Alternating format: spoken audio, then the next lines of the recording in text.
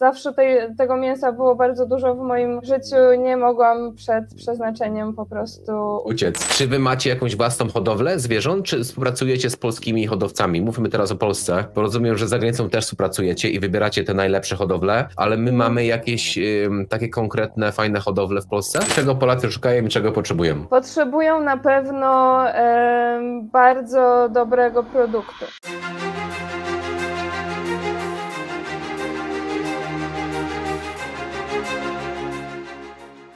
Dobra, jesteśmy na żywo. Witam serdecznie, moi kochani, w kolejnym odcinku naszego cudownego podcastu.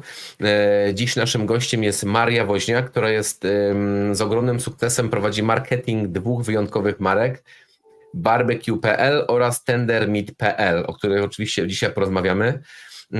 Maria jest dyrektorem marketingu i niezwykle doświadczonym menadżerem projektów. Koncentruje się na umacnianiu pozycji firmy i na relacjach z kluczowymi klientami oraz dostawcami na rynku sprzedaży detalicznej w Polsce i za granicą. Taką ściągę tu mam po prawej stronie, bym w życiu tego nie zapamiętał. Dobrze, kochanie. Mario, zgodziłaś się na wzięcie udziału w naszym wywiadzie. Bardzo Ci dziękuję. Czy mogłabyś opowiedzieć coś na swój temat, coś o sobie, czym dokładnie się zajmujesz i skąd się u Ciebie wzięła pasja do mięsa, co mnie najbardziej interesuje? Cześć, przede wszystkim dzięki za zaproszenie. Zawsze bardzo po mojej stronie. Poznać ludzi pozytywnie zakręconych na punkcie mięsa. Oj, to na pewno. Więc no ja pracuję w firmie Tender Meat od wielu lat. To jest rodzinna firma, więc jakby to jest no, mój taki spadek, że tak powiem, trzecie pokolenie no w proszę. mięsie. Mhm. I rośnie już czwarte. Wow. Więc no, można powiedzieć, że mięso wyssałam z mlekiem matki. Idealnie. I właśnie moja matka jest założycielką firmy. 30 lat temu założyła firmę, która się zajmowała właśnie mięsem, co trochę dziwne, ponieważ z wykształcenia jest informatykiem po informatyce na Politechnice Warszawskiej, ale no tak, jej z kolei pradziadek jeszcze przed wojną też handlował mięsem. Co? Także ja się nie spodziewałem w ogóle tego. No to trochę chyba mamy po prostu w DNA nieunikniona sprawa, więc no tak to wygląda. Dlatego ja właśnie po studiach mówiłam, że na pewno nigdy w życiu nie będę się zajmować mięsem. Pracowałam sobie w różnych firmach w międzyczasie i tak, ale też to mięso było ze mną cały czas przez całe życie, gdzieś obok, cały czas coś się działo. Więc no, powoli mnie wciągało. No i tak zaczynałam od drobnych projektów i tak był jeden, potem był drugi, potem trzeci no i w końcu mnie wciągnęło totalnie, więc od 10 lat już jestem tylko w mięsie. I w końcu dyrektor marketingu, tak? I menadżer projektów. Tak, bo ja właśnie się zajmowałam marketingiem. W zasadzie od początku studiowałam marketing na SGH-u, później pracowałam w firmach marketingowych, w agencjach marketingowych, a później zaczynałam właśnie robić małe projekty dla naszej firmy, dla takiej organizacji Polskiego Zrzeszenia Producentów Bydła Mięsnego, która się zajmuje właśnie zajmuje się budowaniem rynku żywca jakościowej wołowiny w Polsce, współpracą z rolnikami i tak dalej, więc tam robiłam też projekty i tak to się zaczęło w moim przypadku, więc zawsze tego mięsa było bardzo dużo w moim życiu, nie mogłam przed przeznaczeniem po prostu uciec. A powiedz mi, dużo tego mięsa jest wokół ciebie, a ty sama jesz mięso, czy jak to wygląda? No jem, oczywiście. Także no już za każdym razem powtarzam, że już zjadłam chyba tą wołowinę, którą miałam zjeść w ciągu swojego życia, ale jak widzę dobrego steka, to mówię, no dobra, jeszcze nie tym razem, Super. jeszcze ten jeden stek. Super. Powiem szczerze, pytam dlatego, bo mało kobiet je czerwone mięso. Stek raczej się kojarzy tam z jakąś męskością, nie wiem, przynajmniej mnie.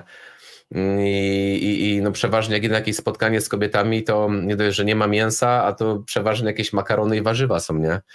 I pytam, dlaczego nie jecie mięsa? No nie, po prostu tak wyszło, że zamówiliśmy i jestem na spotkaniu z 3 osobami, z 3 kobietami i wszystkie 3 jakieś warzywa czy makaron i mówię, niesamowite. No ja steka oczywiście musiałem zamówić. No jest, może faktycznie teraz zwłaszcza jest odejście od, że niby to jest niezdrowe albo coś tam, ale tak naprawdę wołowina to jest bardzo ultrazdrowe mięso i są takie elementy, które kobiety bardzo lubią. No, polędwicę przeważnie kobiety lubią, bo jest miękka, ale są też takie steki jak flat iron, to jest drugi po polędwicy najbardziej kruchy stek i ma mnóstwo żelaza, naprawdę łatwo przyswajalnego, więc dla kobiet z anemią czy w ciąży to jest po prostu złoto, taki stek, który nie dość, że jest pyszny, to jeszcze jest ultra zdrowy. Dokładnie, bardzo się cieszę, że powiedziałaś właśnie, że dla kobiet w ciąży też, ogólnie dla wszystkich, ale no wiadomo, że kobiety w ciąży mogą tam czegoś więcej potrzebować, a najlepiej przyswajalne żelazo i w sumie większość witamin jest właśnie ze steka i z tłuszczu zwierzęcego, także super, że to wspomniałaś, bardzo się cieszę. Dobra, przechodzimy do konkretów. Czy możesz opowiedzieć coś o marce barbecue.pl? Oczywiście kojarzy się marka z grillowaniem, ale to nie wszystko, co oferujecie. Czym się wasza firma zajmuje, jeżeli możesz powiedzieć? My się zajmujemy generalnie sprzedażą mięsa od 30 lat i zaczęliśmy od dostarczania tego mięsa na rynek Horeca głównie, oczywiście, i w zasadzie od czasów pandemii udrożnił nam się kanał sprzedaży do marketów w większych miastach, ponieważ restauracje zostały zamknięte a ludzie chcieli jeść dobre mięso, nie mogli zjeść dobrego steka w knajpie, więc zaczęli go szukać po prostu gdzieś w sklepie. I wtedy markety powiedziały, ok, będzie miejsce na półce dla też mięsa premium w większych miastach. Ale my stwierdziliśmy, że to jest dla nas trochę za mało, jeśli chodzi o kanał sprzedaży, i to jest też właśnie taki moment, kiedy możemy spróbować z uruchomieniem sklepu internetowego i już rozpocząć taką bezpośrednią sprzedaż do klienta. To było dla nas całkowicie nowe doświadczenie, ponieważ my zawsze działaliśmy w hurcie i to było spore wyzwanie, no ale ten okres pandemiczny ogólnie był dziwny, więc dla każdego, więc no to był strzał w dziesiątkę, to był po prostu świetny ruch pod każdym względem, bo też właśnie przez to, że stworzyliśmy ten sklep internetowy, to zaczęliśmy bezpośrednio się komunikować z tymi osobami, na których nam właśnie zależy, nasi końcowi klienci, zaczęliśmy ich lepiej słuchać. I to nas bardzo dużo w krótkim czasie nauczyło też, czego po prostu ludzie szukają, czego potrzebują. Czyli czego szukają? Czego Polacy szukają i czego potrzebują? Potrzebują na pewno bardzo dobrego produktu, jakościowego, powtarzalnego, takiego, któremu mogą zaufać, ponieważ niestety jest bardzo dużo różnych mitów na temat produktów. Trudno właśnie o jakieś rzetelne źródło i informacji i ludzie są trochę zagubieni. Tak naprawdę nie wiedzą, w co wierzyć, gdzie szukać tego produktu, czy mogą zaufać temu dostawcy i dlaczego. I to była dla nas wielka praca właśnie też oprócz tego, bo produkt mamy bardzo dobry, doskonały, ale żeby nauczyć, jak z tego produktu korzystać, żeby przekonać klientów, że faktycznie mają u nas w sklepie taki produkt i mogą mu zaufać i dlaczego, i jak to przygotować i tak dalej, to wielka praca, którą staramy się na co dzień wykonywać, na tyle, na ile potrafimy właśnie jakoś edukować na bazie tych doświadczeń 20 lat importowania wołowiny premium z całego świata i wielu, wielu lat właśnie tworzenia polskiej wołowiny premium na polskim rynku.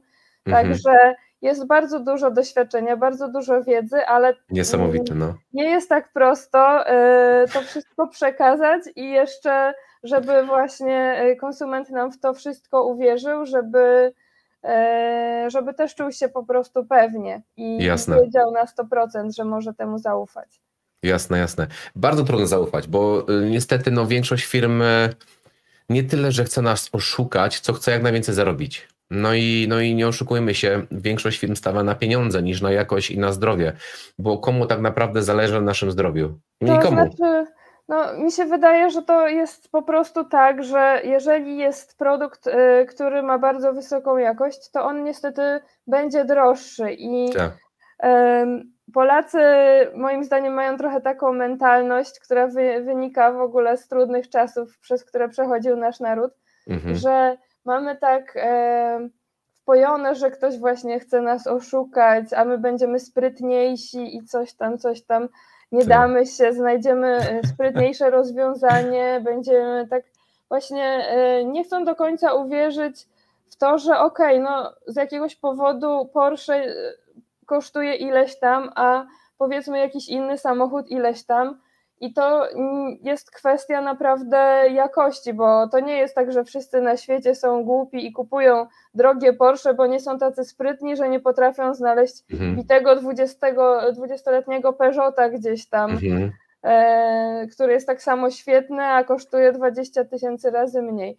Więc po prostu Polacy muszą też podejść z większym zaufaniem do firm, do dostawców, że jak ktoś daje jakąś cenę za jakiś produkt dobry jakościowo i jest to wysoka cena, to ten dostawca się nie obławia na tym, bo on też kupuje ten surowiec na rynku od kogoś i on tyle musi zapłacić za ten surowiec.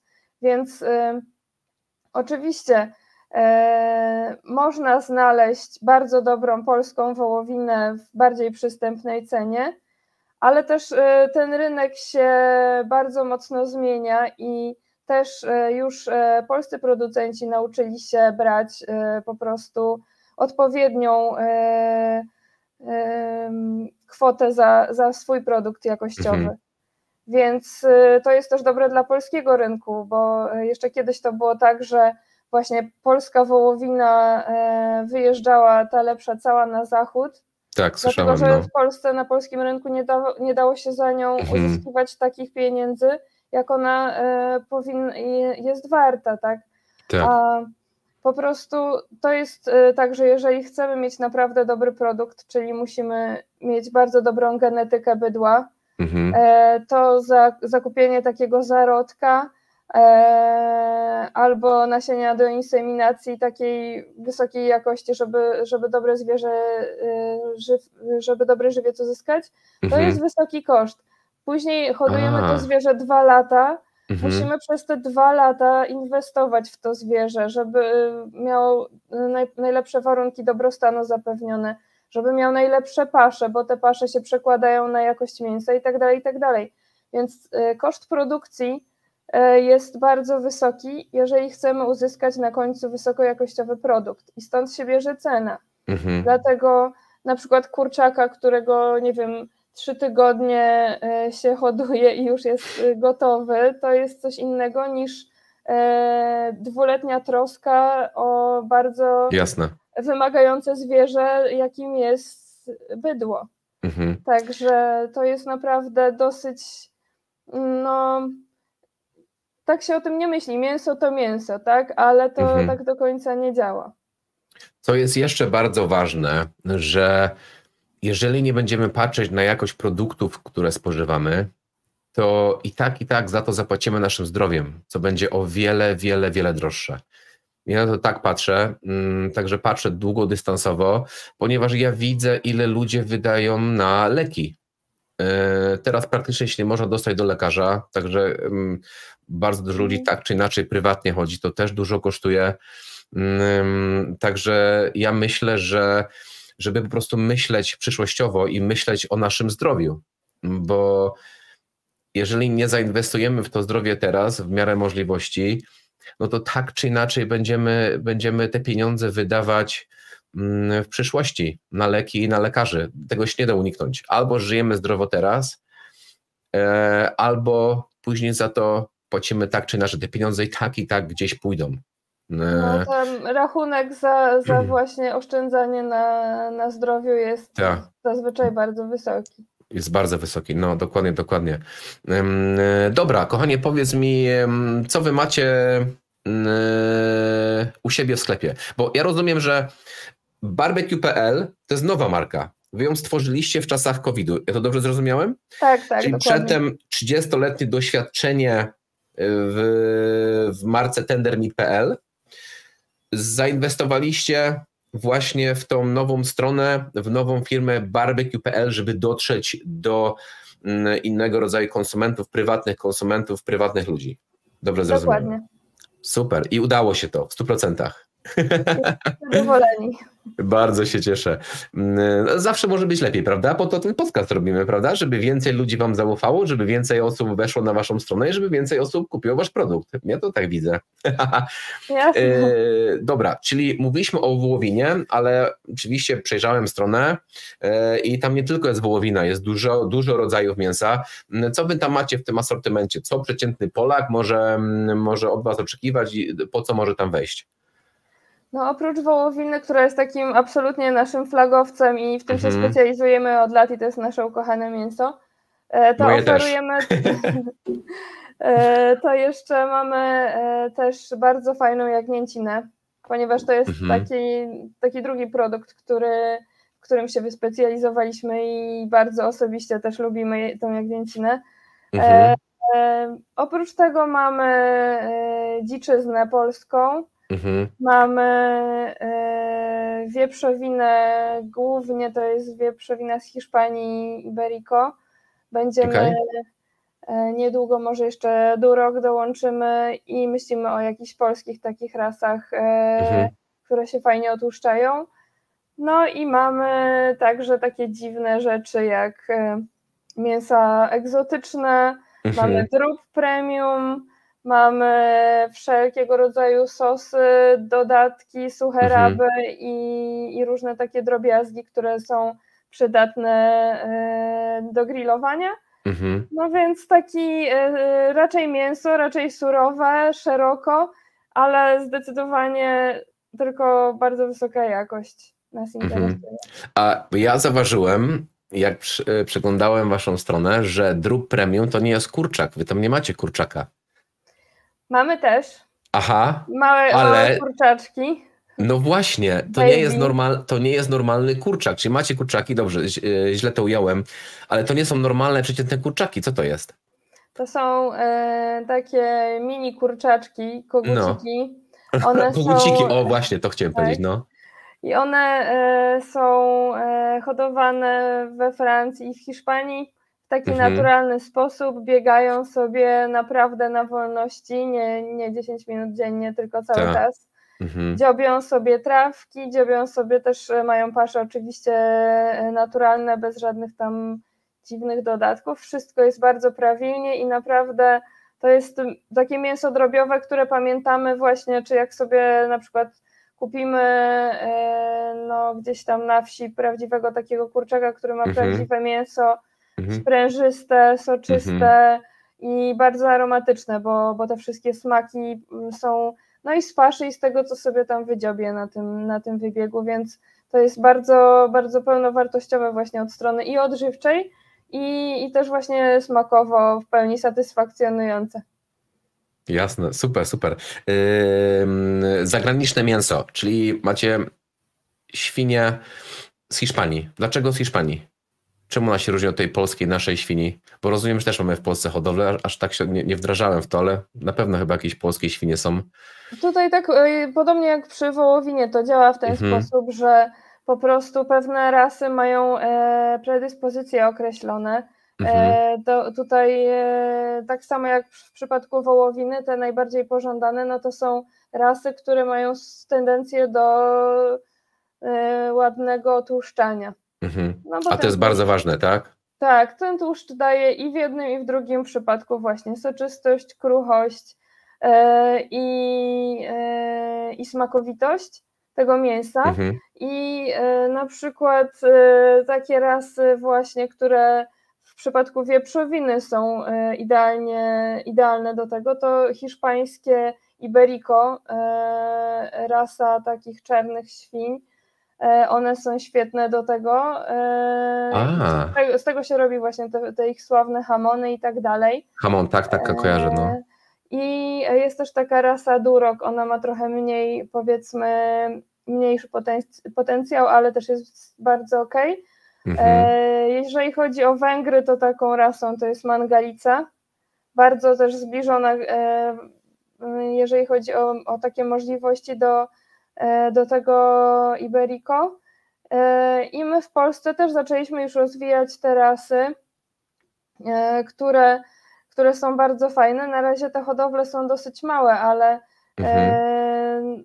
no, Polacy na całe szczęście zaczęli właśnie już dostrzegać to, że po prostu produkcja jakościowego żywca i w wołowinie, i w wieprzowinie to jest właśnie klucz do sukcesu, bo ludzie po prostu są w stanie, są skłonni zapłacić więcej, ale chcą mieć zagwarantowaną satysfakcję i jakość produktu. Tak, to jest bardzo ważne, masz rację. Czyli dobra. Jakie mięso? Mięso kangura? Dobrze słyszałem? Czy można u was kupić mięso kangura? Co tam jeszcze macie? Z egzotycznych? No, mamy struś, to nie jest taki bardzo egzotyczny, ale jakiś bizon, ale w sumie zebra. dla nas egzotyczny, bo ja strusia nie jadłem, szczerze mówiąc. Tak, a struś jest super. Jest bardzo fajnym mięsem, ale to jest bardzo zbliżone do czerwonego mięsa tak naprawdę. Więc jeżeli na przykład chuda wołowina, no to jest bardzo podobne do strusia. A to w Polsce mamy strusie? Mamy w Polsce. To jest z polskiej hodowli, czy wy macie z jakiegoś innego kraju? My mamy różnie. Mamy czasami właśnie z polskich hodowli, mamy z RPA i w zasadzie to chyba tyle. Ale właśnie RPA jest dosyć mocnym producentem tego strusia i Polska też. W Europie Polska jest w ogóle super producentem strusia. I swego czasu w ogóle był na to bardzo duży boom. Później trochę to wyhamowało i te hodowle strusi się trochę zmniejszyły, ale naprawdę jesteśmy mocnym producentem strusia i mamy na czym się pochwalić, bo mięso jest świetnej jakości, bardzo zdrowe i smaczne. Niesamowite. Więc na pewno muszę spróbować. Na pewno muszę spróbować. Ja mam pytanko, kolejne w sumie, ale to takie ode mnie, a nie zapisane. Czy wy macie jakąś własną hodowlę zwierząt, czy współpracujecie z polskimi hodowcami? Mówmy teraz o Polsce, bo rozumiem, że za granicą też współpracujecie i wybieracie te najlepsze hodowle, ale my mamy jakieś takie konkretne, fajne hodowle w Polsce? Tak, już w Polsce jest właśnie coraz więcej producentów żywca, którzy koncentrują się na jakości i my współpracujemy właśnie bezpośrednio z rolnikami. Właściwie po to zostało stworzone to Polskie Zrzeszenie Producentów Bydła Mięsnego, żeby skupić producentów żywca, bo to jest zrzeszenie rolników, producentów żywca. To nie jest jakiś, nie wiem, organizacja taka rządowa, coś tam. To jest po prostu prywatna organizacja NGOs, który został stworzony po to, żeby zrzeszyć rolników i żeby z nimi przepracować, jak powinien być produkowany żywiec, tak, żeby uzyskiwać jak najwyższą jakość na końcu. I za to, że oni właśnie wykonają odpowiednią pracę w kierunku tej jakości żywca, otrzymają od kupujących premię dodatkową. za każdą sztukę i to miała być motywacja. Teraz to trwało też bardzo, bardzo długi czas, żeby tych rolników przekonać, że to nie jest żaden przekręt, że to nie jest żaden scam, że to jest, że naprawdę nam chodzi o to, żeby mieć po prostu najwyższą jakość. Wartościowy żywiec, za który wszyscy, cała branża dostanie pieniądze. Tylko cały problem polega na tym, żeby na każdym etapie łańcucha produkcji każdy uzyskiwał premię od tej wartości dodanej jakości i rolnikom nie chciało się wierzyć, że oni nie zostaną oszukani, tak jak zawsze. Tak. Dlatego to była też przeogromna praca, żeby zmienić tą mentalność i wiele lat, ale zaowocowało tym, że polski rynek wołowiny w tym momencie już jest, zawsze był uznawany za źródło dobrej wołowiny, ale bardzo taniej, bo właśnie przyjeżdżali sobie Włosi, przyjeżdżali sobie różni ludzie z Europy, wiedzieli, które sztuki wybrać, jakieś tam, jak jej rozpoznawali, jak wisiało ileś tam tych tusz, która będzie najlepsza, wybierali to wszystko i brali za to grosze, ponieważ generalnie polska wołowina miała uśrednioną cenę niską i byli bardzo zadowoleni, a teraz już i rolnicy nauczyli się właśnie brać premię za swój jakościowy produkt i zakłady też nauczyły się odróżniać same te jakościowe tusze i już ich tak za bezdurno nie wydają żadnym handlarzom z zagranicy, tylko sami potrafią za to uzyskiwać i na polskim rynku coraz częściej i w eksporcie już normalne ceny. Super. Adekwatne do jakości oczywiście. Tak, oczywiście. Czyli wszyscy zadowoleni jednym słowem i udało się. No tak, cały czas ta praca trwa, bo to jest jakby lata potrzeba, żeby to wszystko już ustabilizować, ale naprawdę Polska to jest fenomenalny kraj, gdzie w przeciągu 20 lat potrafimy niesamowite rzeczy zrobić i ta wołowina polska też ma renomę już w tym momencie na pewno doskonałej wołowiny w całej Europie i mam nadzieję, że na świecie też już będziemy coraz lepiej sobie radzić. Na pewno. Cieszę się, że to mówisz, bo przeważnie, nie wiem, w moim wyobrażeniu Polacy są negatywnie nastawieni do Polski. Do rządu, do innych Polaków cały czas każdy myśli, że rząd nas chce wykorzystać, że firmy nasze chcą nas wykorzystać i my w Polsce nic dobrze nie robimy. No my lubimy sobie narzekać oczywiście, ale jak się wyjrzy za okno i widać jak ta Polska pięknie wygląda przez te 20-30 lat tej wolności, którą mamy, no to gdzie dogoniliśmy już Europę Zachodnią, a jeszcze ja pamiętam, jak byłam małym dzieckiem, jak się wyjeżdżało za granicę gdzieś do Włoch, to był w ogóle inny świat do Niemiec, a teraz praktycznie nie ma żadnej różnicy, więc to jest zasługa jednak, chociaż sobie czasem ponarzekamy, to jednak możemy być na pewno dumni z tego, co Polska osiągnęła przez te lata. Super, bardzo się cieszę, że o tym mówisz. Niesamowite, bardzo miło mi to usłyszeć, bo przeważnie, tak jak mówisz, same negatywności, same narzekanie, zwłaszcza na nas kochany rząd ostatnio. Także bardzo się cieszę, że to mówisz, bardzo się cieszę, że Polskę w takim świetle widzisz. Ja powiem szczerze, że mi bardzo ciężko jest widzieć Polskę w takim świetle. To nie znaczy, że tego nie robię, bo jednak bardzo dużo tej negatywności jest. Bardzo dużo narzekania, negatywności na naszą służbę zdrowia, na rząd, na Ukraińców teraz, na wszystko, co popadnie. No ale właśnie Polacy lubią sobie ponarzekać, ale myślę, że każdy sobie trochę ponarzeka, a tak to wszyscy zakasują rękawy i po prostu robią swoje i idziemy do przodu w każdej dziedzinie życia praktycznie. Dokładnie. Ja zauważyłem, że nawet inna jest opinia Europejczyków o naszym kraju, jak przyjeżdżają nas odwiedzić i zobaczyć, że rzeczywiście nie odbiegamy niczym praktycznie od reszty krajów europejskich. Także nie, jest naprawdę super. Dobra. Tender Meat Polska. Wspomniałaś troszeczkę o historii powstania. Jesteście dostawcą mięsa premium na rynku Horeca. Co to jest ten rynek Horeca? To jest rynek hotele, restauracje, catering, czyli taki rynek związany z przyjemnościami, z jedzeniem, wypoczynkiem i właśnie byliśmy dostawcą do tego rynku przez lata. W ogóle zaczęło się od tego, to było jeszcze właśnie, firma została założona pod koniec, no na początku lat 90.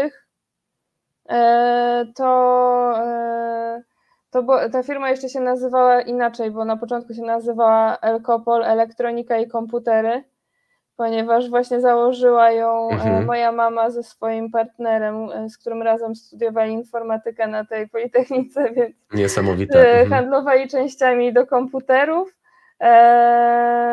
Później to były takie lata 90. szalone, więc gdzieś zaczęli handlować różnymi rzeczami, jakimiś tam spożywczymi. Tutaj zaczęło się gdzieś przewijać to mięso. No i ponieważ Polska lat 90. była bardzo spragniona wszystkiego i tego mięsa tak samo, więc kupili ubojnie, założyli kilka sklepów w Płońsku mięsnych i tam na początku właśnie to była wieprzowina, była ta ubojnia. No i później tak naprawdę stwierdzili, no, że ten rynek się trochę wysyca. No, były różne dziwne sprawy z tymi firmami mięsnymi, jakieś tam olewniki i tak dalej, to zresztą u nas po sąsiedzku, więc zaczęli tak sobie myśleć trochę o czymś bardziej niszowym, bo te sklepy też właśnie, no, to nie było, nie do końca to czuli chyba i zaczęli szukać czegoś, jakiegoś takiego produktu, bo oni zawsze myśleli właśnie tak nieszablonowo, więc stwierdzili, że muszą poszukać czegoś wyjątkowego i jakoś doszło do tego, że wyjechali do Stanów, tam szukać inspiracji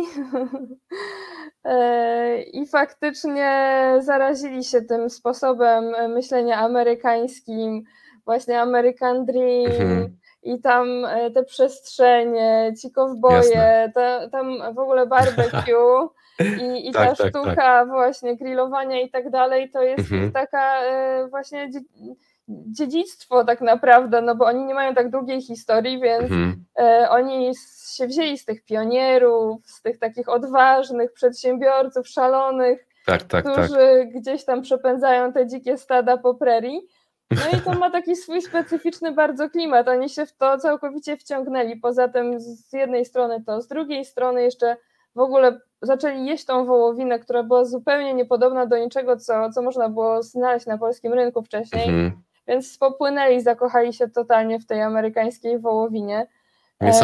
I od 2000 lat właśnie zaczęliśmy ją do Polski sprowadzać i organizowaliśmy takie wyjazdy, ja jeszcze byłam mała wtedy, ale pamiętam to, że właśnie, że były organizowane wyjazdy dla szefów kuchni, którzy jeździli do Stanów i tam się właśnie w ogóle uczyli wszystkiego.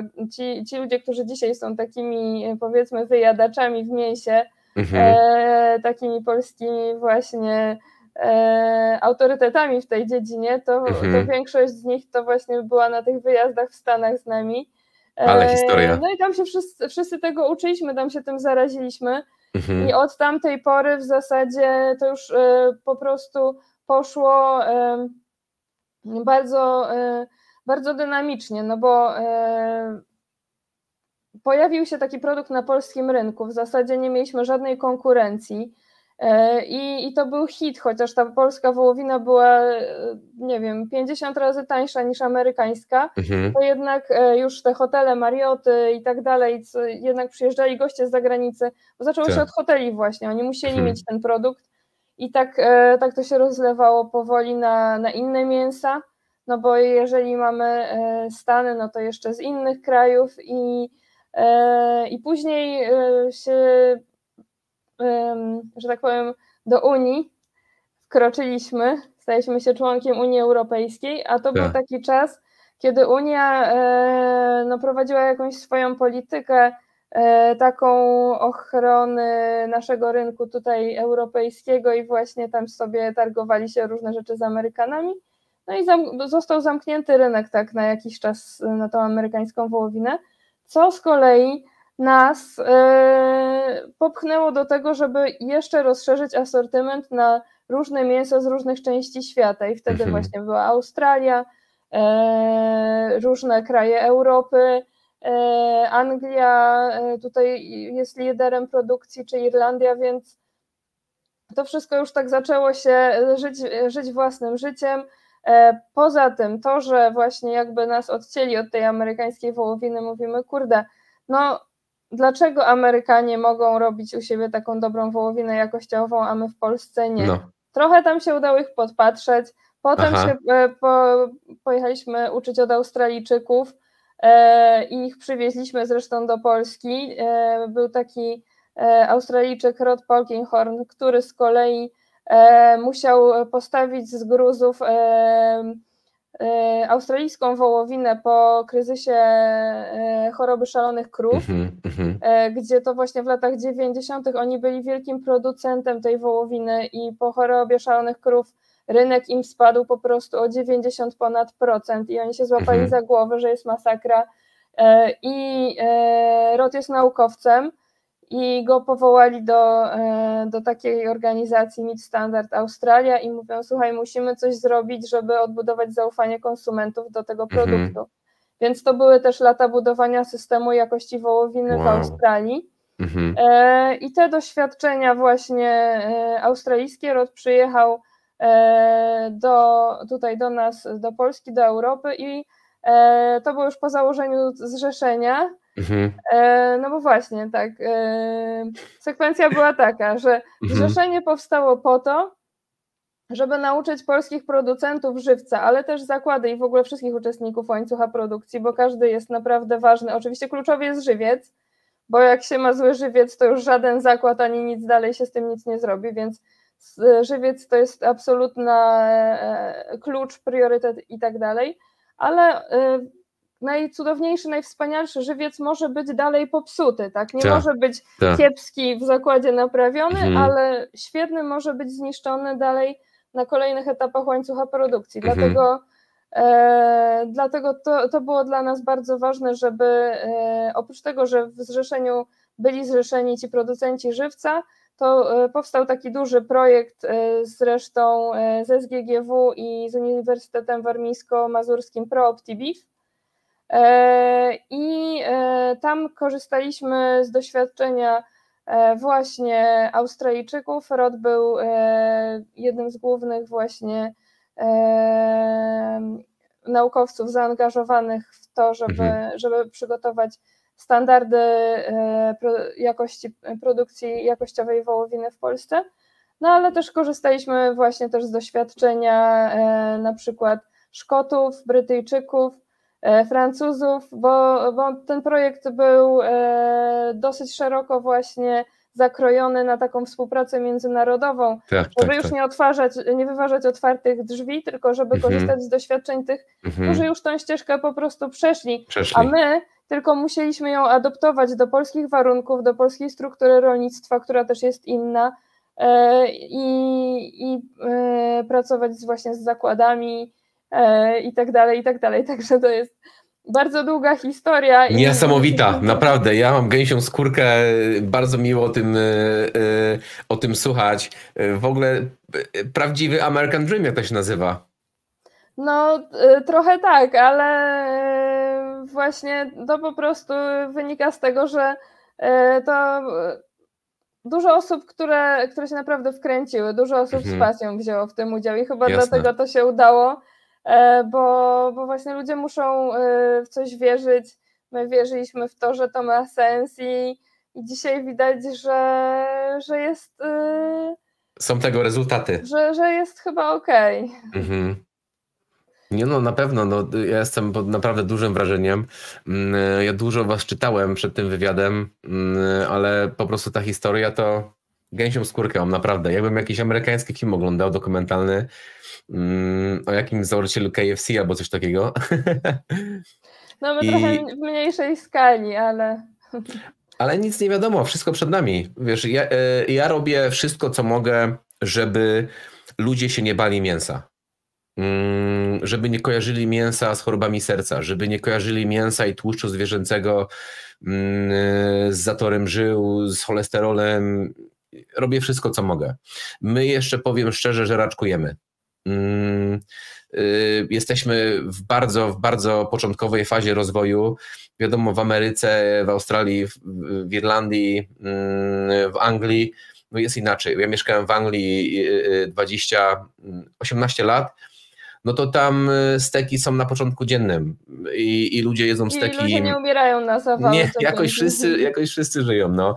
Na śniadanie, na lunch, na kolację są dni stekowe. Każdy czwartek jest dniem stekowym, gdzie w restauracjach można za 10% mniej zjeść steki.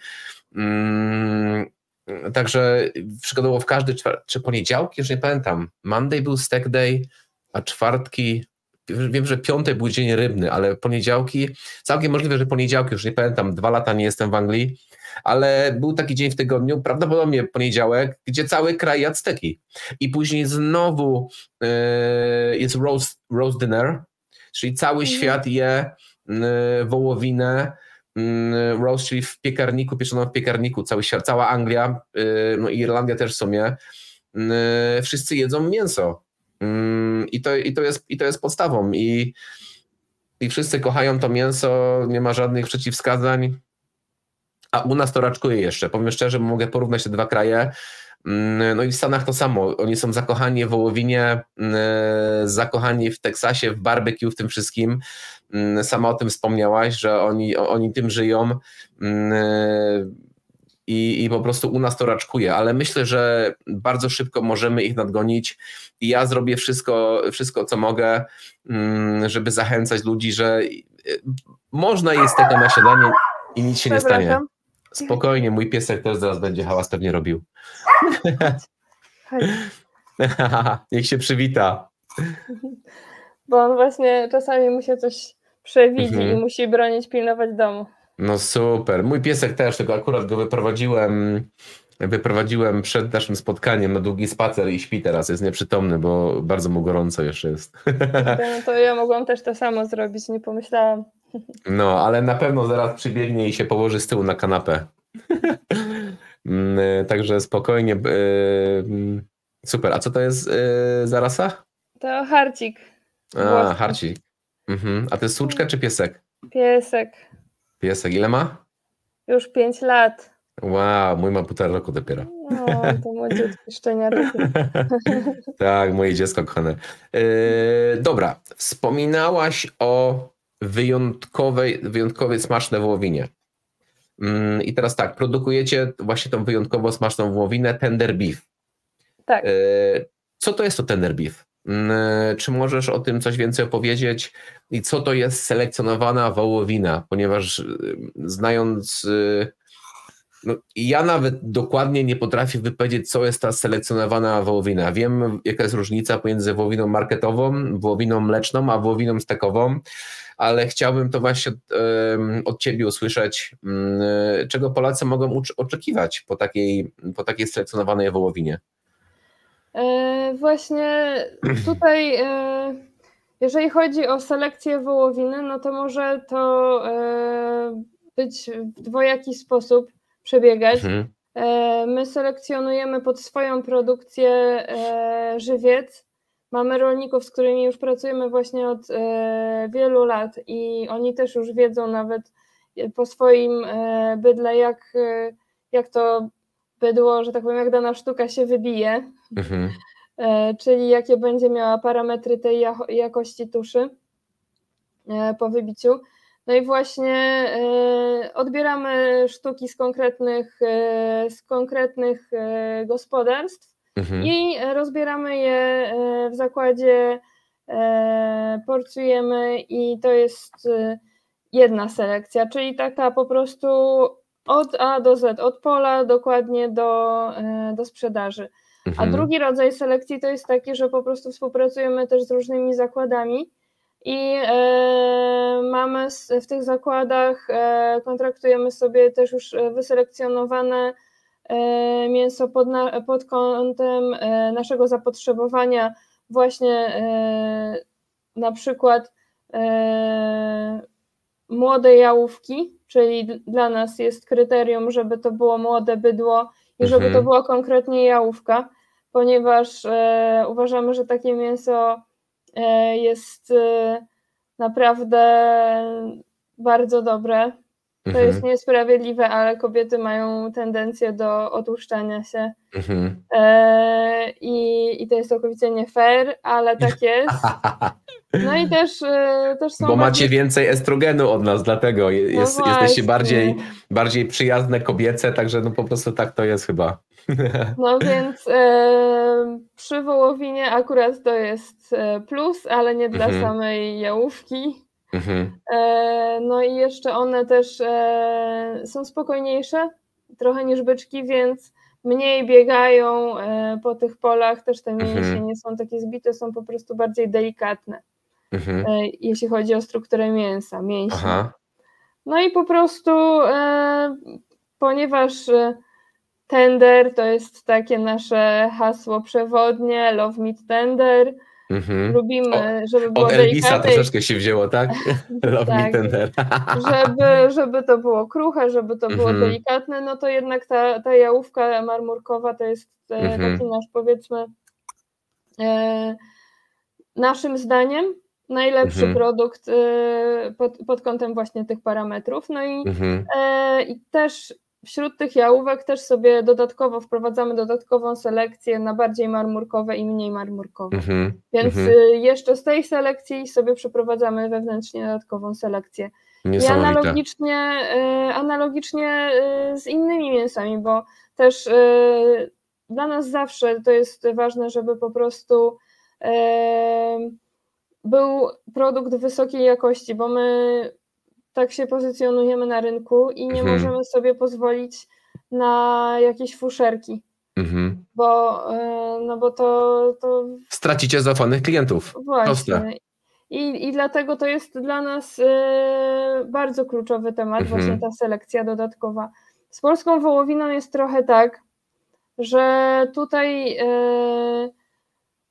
czasami nie ma pełnej gwarancji tej powtarzalności. Nawet jeżeli się przeprowadzi tą selekcję, to jest pewne ryzyko z takich,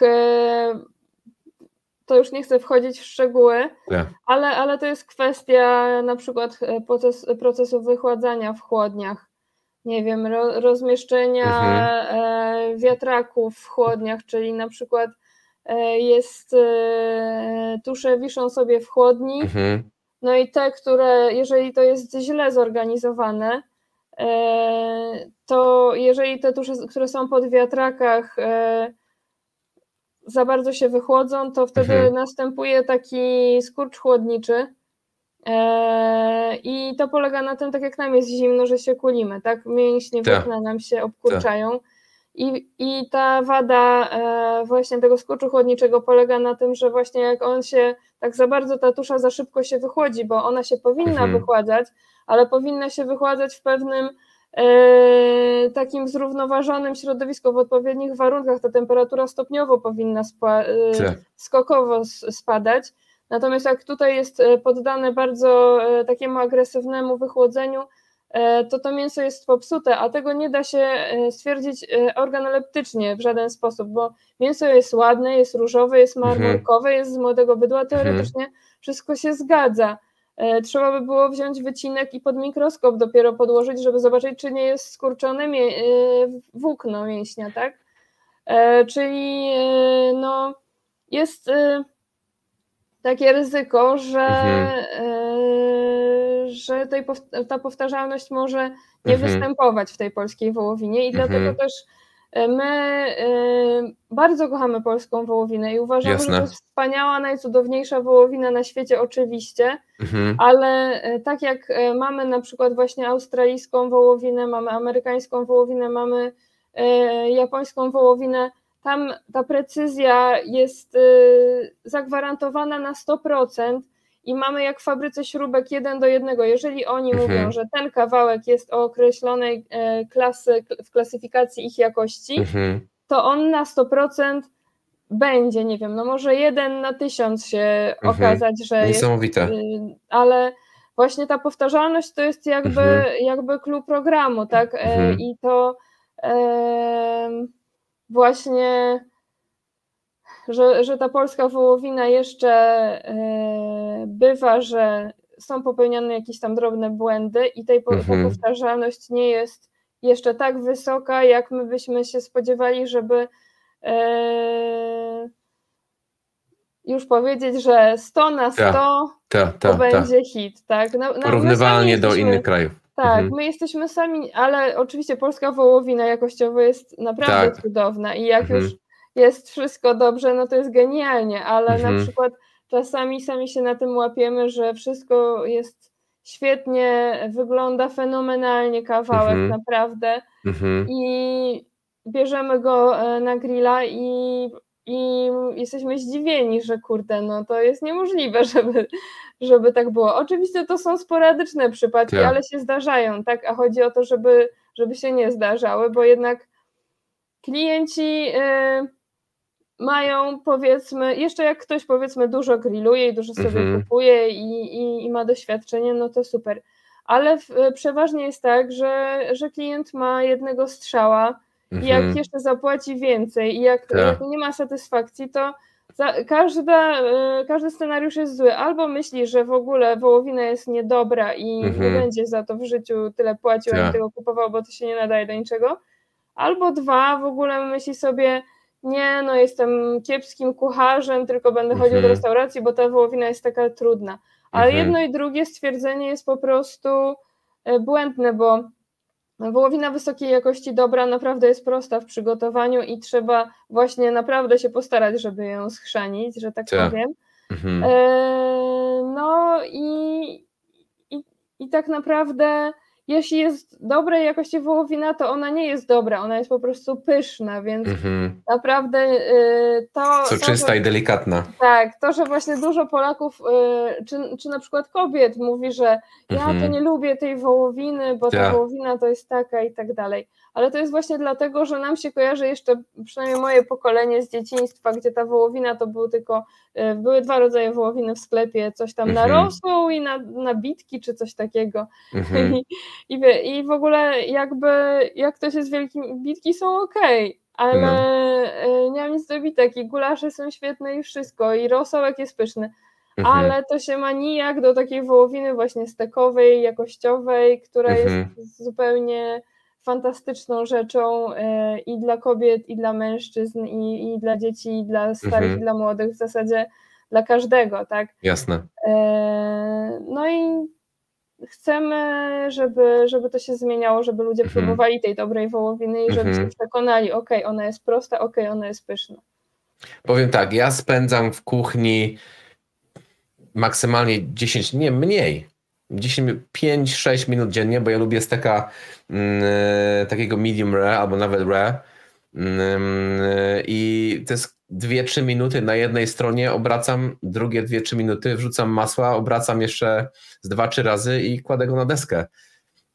I to jest wszystko. Także to naprawdę jest proste, bardzo proste w obsłudze i bardzo trudno jest go właśnie popsuć, ale tak jak wspomniałaś, też zależy od rodzaju wołowiny i jakości mięsa, bo nawet najlepszy kucharz nie zrobi nic ze stekiem czy tam z mięsem kiepskiej jakości, nie? I nieraz się z tym spotkałem, że takie same metody, ja w ogóle jestem kucharzem z zawodu, prowadziłem kuchnię przez 10 lat, także i w Anglii, także tych steków trochę się nasmażyłem i powiem szczerze, że jak mieszkałem w Anglii, to nie było tak, że nie udał się stek. Nie było czegoś takiego. Później w Irlandii też trochę, w Walii też pracowałem, no nie było czegoś takiego. A w Polsce jednak czasami ten sam stek, niby z tej samej części, niby z tej samej krowy i czasami jest zupełnie inne mięso. No właśnie, i zupełnie to jest brak tej powtarzalności. Tak. A czego tym polskim hodowcom brakuje, że nie ma takiej powtarzalności? Czy to jest kwestia praktyki, za mało lat to robimy, czy jak to wygląda? To znaczy... To jest bardzo, bardzo złożony temat. Naprawdę, tak jak właśnie... Mnóstwo czynników na to wchodzi. Tak, no przede wszystkim to jest doświadczenie, tak? Rancherzy w Stanach robią to od 100 lat, czy tam już 200. W Anglii też była ta kultura produkcji żywca właśnie takiego pod mięso, a w Polsce produkcja mięsa to był odpad z produkcji mlecznej. Polscy rolnicy niestety się nie zajmowali produkcją bydła na mięso i nie mieli w tym doświadczenia i tego wszystkiego musieli się teraz uczyć, jak to powinno być robione. Przede wszystkim właśnie na przykład genetyki nie mieliśmy dobrej dla takiego, dla bydła mięsnego. To, co mamy na przykład w Anglii, tak jak powiedziałeś, tam mają hodowlę bydła, to jest coś takiego jak u nas hodowla koni, Arabów, tak? Ta genetyka dobrego Araba jest bardzo droga, tak samo w Anglii dobierają, mają te księgi hodowlane tych Angusów, Herefordów i tak dalej, które sięgają 500 lat wstecz.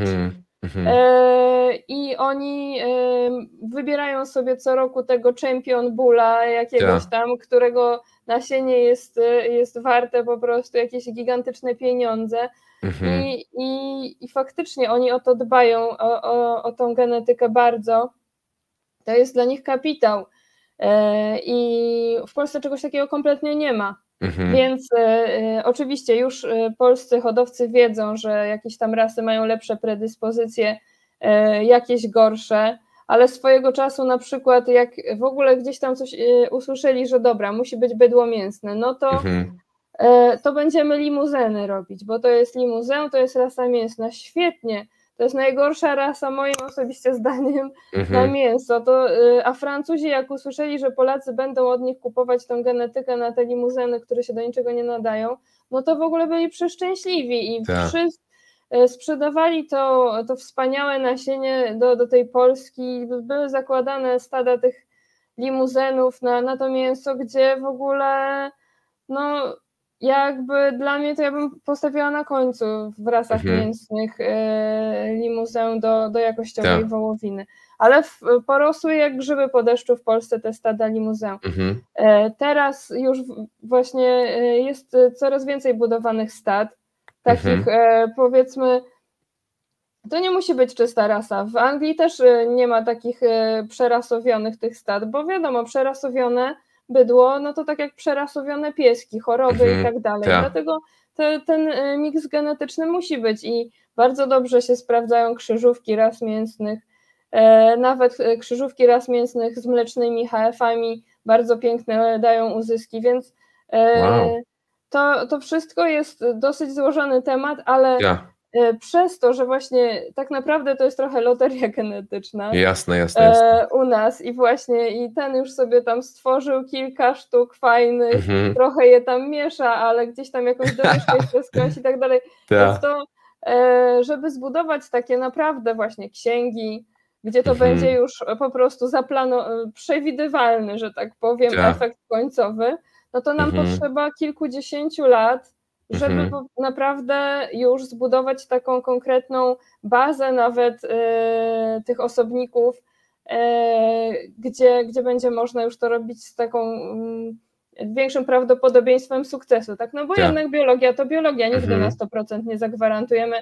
No to tak jak z człowiekiem, może być biały, rasy biały, wysoki, chudy, gruby, niski, każdy, tak? To powiedzmy tylko jest jakieś większe prawdopodobieństwo, że będzie akurat się lepiej otłuszczał albo gorzej. I to może być większe bądź mniejsze prawdopodobieństwo, ale 100% gwarancji nigdy nie mamy.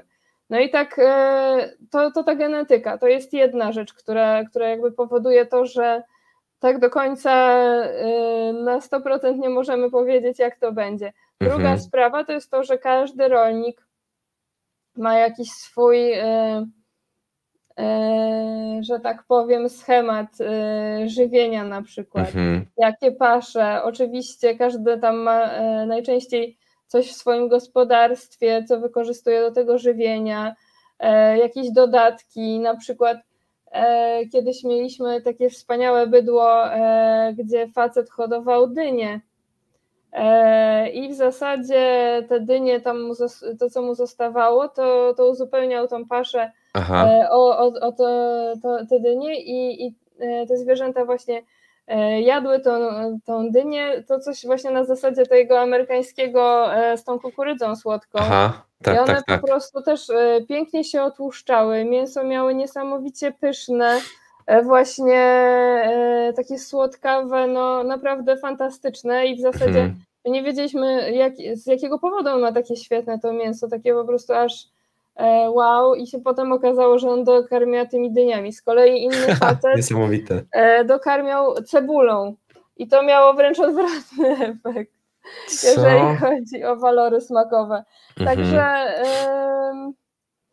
no właśnie, więc tak jak ten proces produkcji samego żywca jest praktycznie jak spod linii jeczki, na przykład w Stanach czy w Australii, tak u nas jeszcze się wykazujemy trochę większą ułańską fantazją, co właśnie w przypadku dyni daje genialny efekt, a w przypadku cebuli mniej genialny. Więc tutaj jest bardzo wiele takich czynników wpływających na sam proces produkcji żywca. No i potem jeszcze jest zakład, który też ma swoje różne pomysły. Metody. Więc to wszystko jest jeszcze Mam mnóstwo czynników, które wpływają właśnie na jakość tego mięsa. I praktycznie od zarodka do talerza to tych czynników jest mnóstwo. Prawda? Tak, dokładnie. Dlatego jest bardzo trudno przewidzieć, nawet jeżeli wydaje się oczami naocznie, że powinno być naprawdę świetnie i w większości przypadków jest naprawdę bardzo dobrze, ale no, czasami możemy się zdziwić. Jasne, rozumiem. No, teraz tak, według Ciebie, już o tym wspomniałaś troszeczkę, ale może wspomnij jeszcze raz, najlepszy smakowo rodzaj bydła. Nie pytam o to Kobe, bo na pewno przyszło Ci to na myśl z Japonii, gdzie oni tam śpiewają i masują krowy, bo na pewno to jest bardzo wysoka jakość, ale taką przeciętną krowę, którą Polak może wejść na Waszą stronę i sobie kupić i sobie usmażyć albo zgrillować. Twoim zdaniem właśnie jaki jest najlepszy smakowo rodzaj bydła? To jest moim zdaniem tylko i wyłącznie kwestia gustu. To jest tak trochę jak z winami. To, co mogę powiedzieć, to że jakiekolwiek rozróżnienie, takie już jeżeli chodzi o samą smakowitość, no bo kruchość to jest powiedzmy kruchość, tak? Moim zdaniem wołowina po prostu powinna być krucha i soczysta. Niezależnie od rasy bydła, niezależnie od kraju pochodzenia, to powinien być spełniony taki warunek, że ta wołowina jest krucha i soczysta. Natomiast już sama smakowitość, no to już jest bardzo wiele czynników też i tutaj taki chyba najgrubsze, że tak powiem, rozróżnienie, które ja bym podała, niezależnie od kraju pochodzenia, to czy to jest grass-fed czy grain-fed.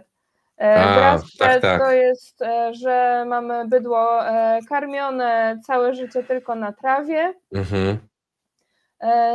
i to jest jakby efektem tego jest brak marmurku. Jest ta wołowina bardzo taka, powiedzmy, chudsza jasna. Chyba jest też, nie?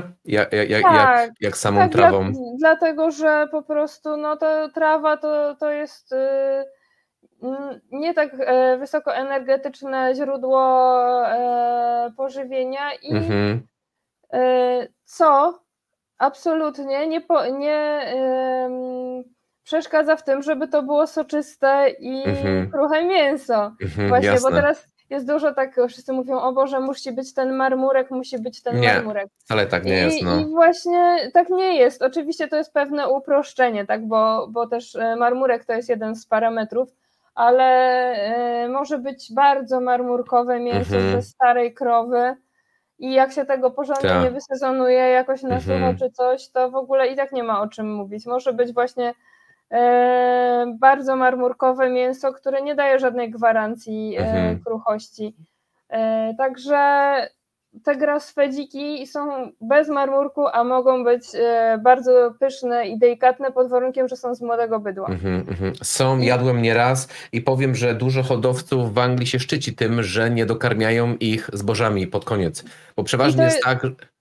Tak, i to właśnie o to chodzi, że jakby ten grass-fed powoduje, że mięso jest bardziej wytrawne.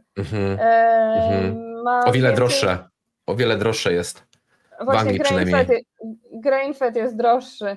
Dlatego, tak? że tak. Grain-fed jest o wiele droższy, dlatego, że wiesz, grass-fed, no to w zasadzie no nie dopłacasz. Ale to u nas w Polsce, tak? Czy dla was sprowadzane? Nie, bo jak byłem... Słuchaj,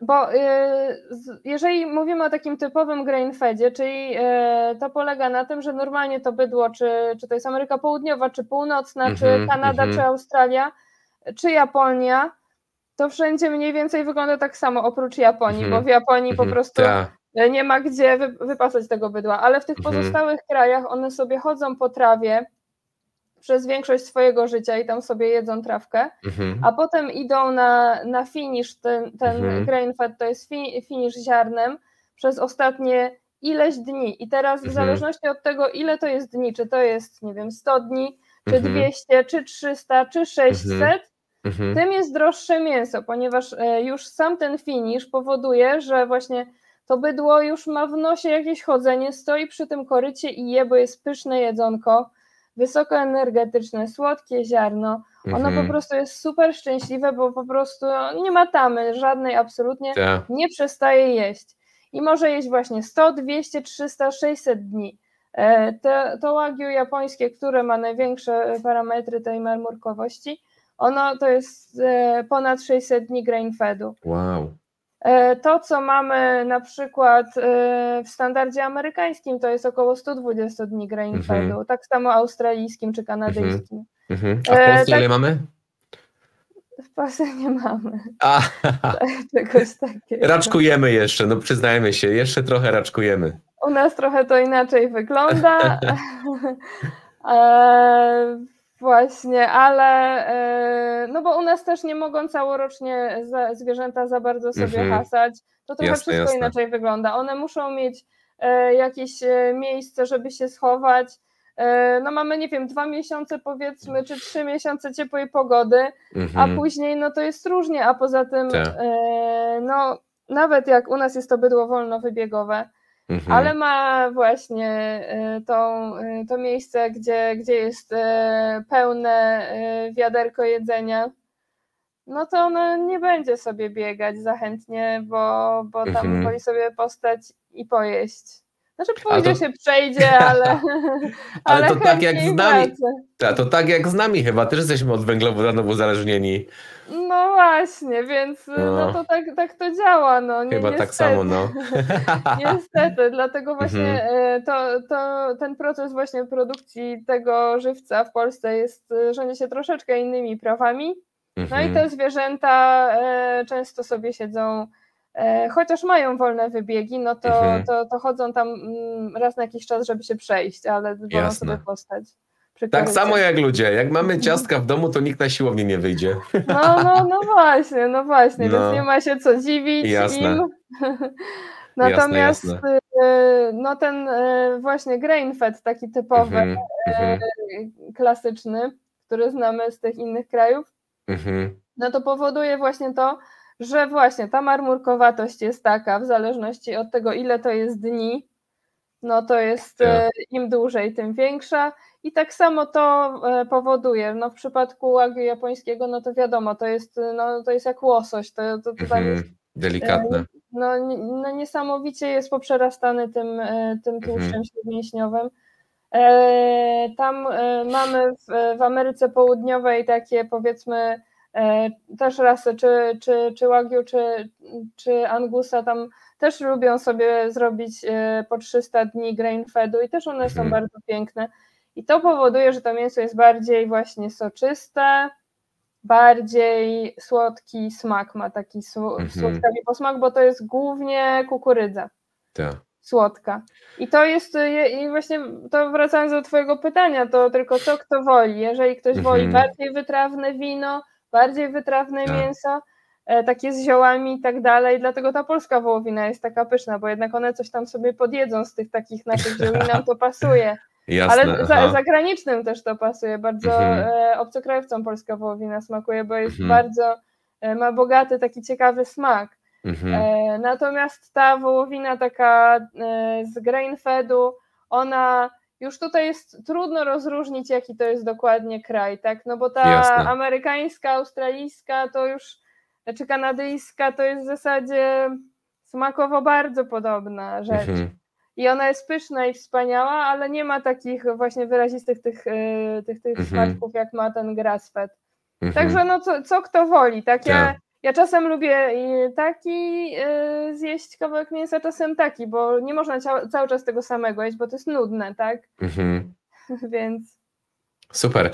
Powiem ci tak, że dla mnie wiadomo, że orientuję się coraz więcej o jakości wołowiny i tak dalej, ale kiedyś dla mnie to była krowa to krowa.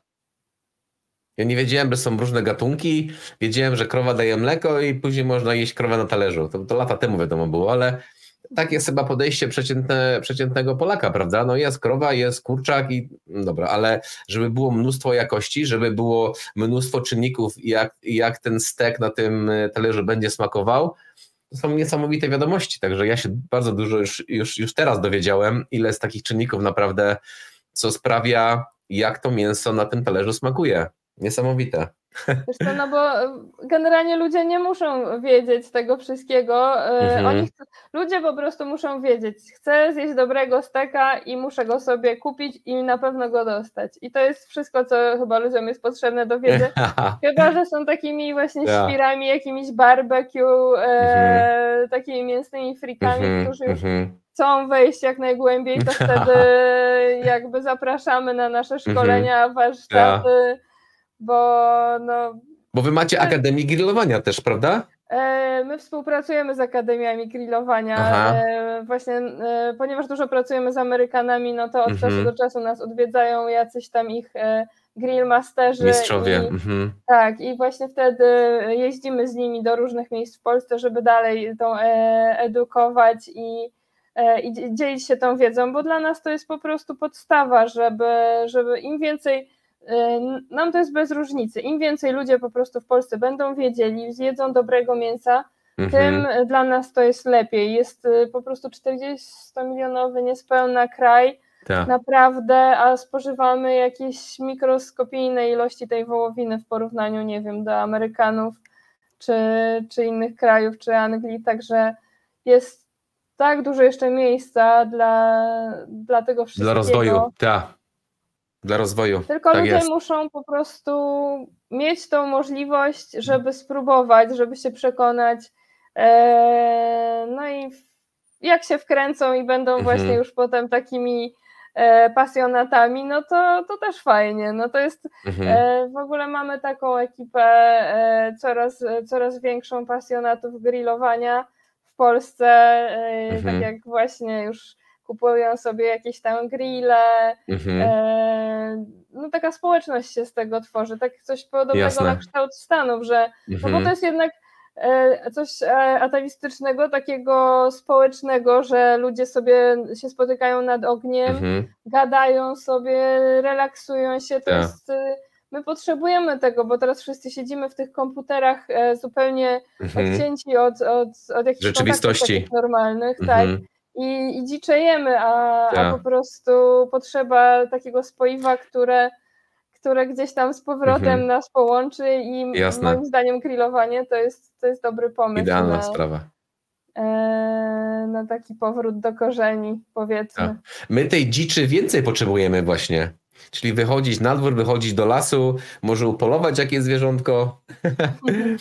No właśnie, no taki outdoor to jest właśnie super. To właśnie wokół tego się buduje ta cała filozofia tego wspólnego gotowania. No i to jest moim zdaniem najfajniejsze w tym całym biznesie. A my mamy w ogóle mistrza Polski w grillowaniu. Dobrze pamiętam? Andrzej Gibas, dobrze zapamiętałem?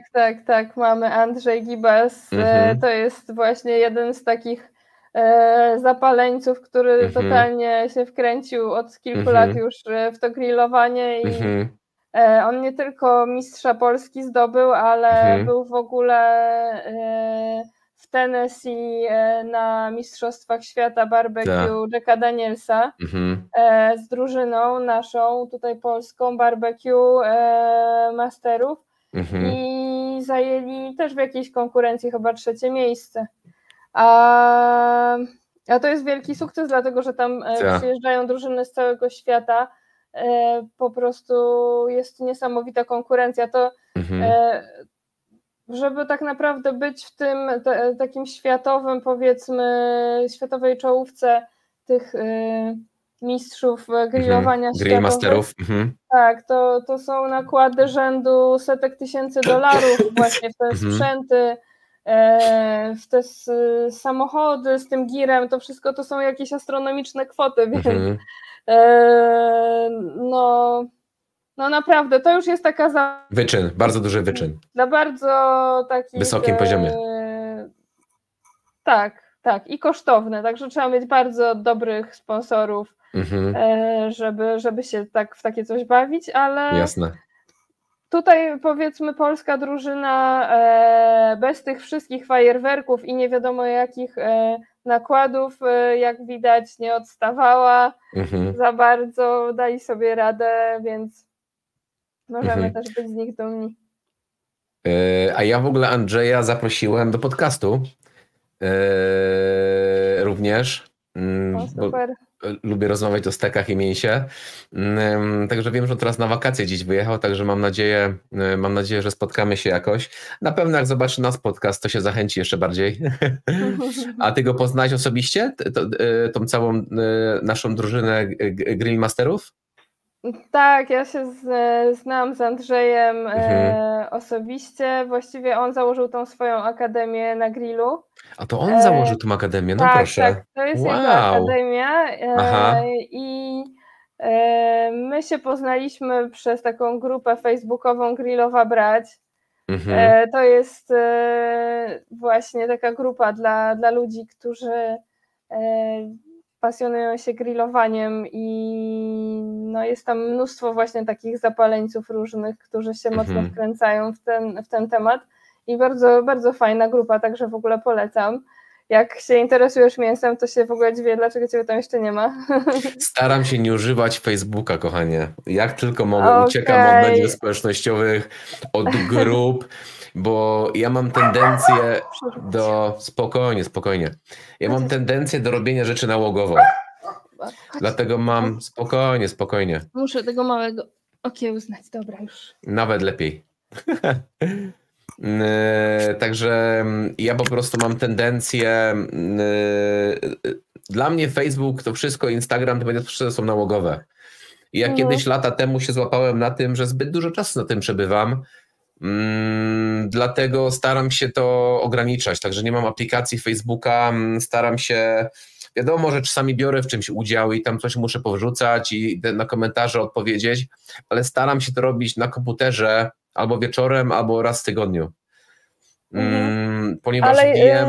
No tak, to jak tam byś poznał tych wszystkich ludzi, to myślę, że byś dużo czasu tam spędzał. No właśnie, może być ryzykowne.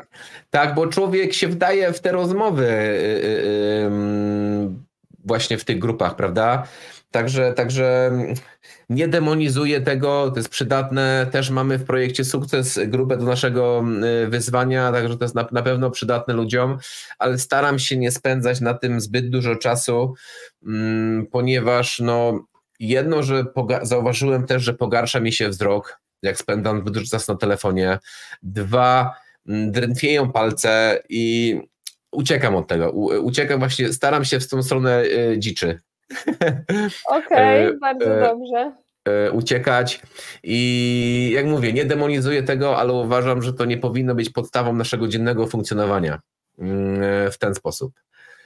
Także A poza tym wiem, że życie oprócz tej grupy, tego tak wspomnę o mediach społecznościowych, to jest sztuczne życie na mediach społecznościowych, które tak wcale nie wygląda i kolorowo, i tak fascynująco.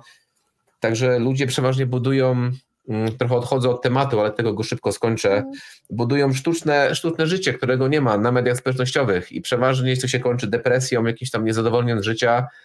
Dlatego przestrzegam przed tym to wszystko. Ale wiesz, to jak najbardziej się zgadzam ze wszystkim, co powiedziałeś, ale akurat tamta grupa to są ludzie, którzy wymieniają się doświadczeniami. I to jest bardzo fajne medium do tego, żeby właśnie ze sobą dyskutować, wymieniać się doświadczeniami, sobie jakieś tam udzielać porad nawzajem, bo to jest na pewno nikt tam sztucznego życia nie buduje, ktoś tam po prostu sobie grilluje i się dzieli tym z innymi, którzy też się tym interesują, a to, co ja uważam jest bardzo fajnym, takim wymiernym efektem tych wszystkich rzeczy, które się tam zadziały na tej grupie, to to, że mnóstwo osób właśnie poznało się tam w wirtualu i bardzo dużo tych znajomości przeniosło się do reala, dlatego że ostatecznie właśnie zaczęliśmy się spotykać, organizować sobie po prostu jakieś szkolenia, konkursy, mistrzostwa, po prostu w normalnym życiu i to medium było dla nas tylko taką platformą, gdzie się spotkaliśmy. Jasne. I na tej podstawie budujemy sobie całkiem fajną społeczność w realu. I tak właśnie było z Andrzejem i tak jeszcze było z wieloma innymi pozytywnie zakręconymi pasjonatami grillowania, więc to zadziałało akurat w przypadku tej grupy. Powiem tak, grupy na pewno na Facebooku działają i ja w to wierzę, jak wspomniałem, też mamy grupę właśnie do naszego wyzwania, bo wiem, że grupy działają. Dlatego to jest właśnie takie medium do spotkania się, do dzielenia się informacjami, poglądami i jakąś zajawką. Także super. A może tą grupę później w opisie podcastu podamy ludziom. Jak ktoś jest zainteresowany, to na pewno dużo informacji tam znajdzie. No, na pewno, zdecydowanie. Super. Teraz tak. Pytanko do ciebie kolejne. Hodowla i produkcja wołowiny. Jak to wygląda?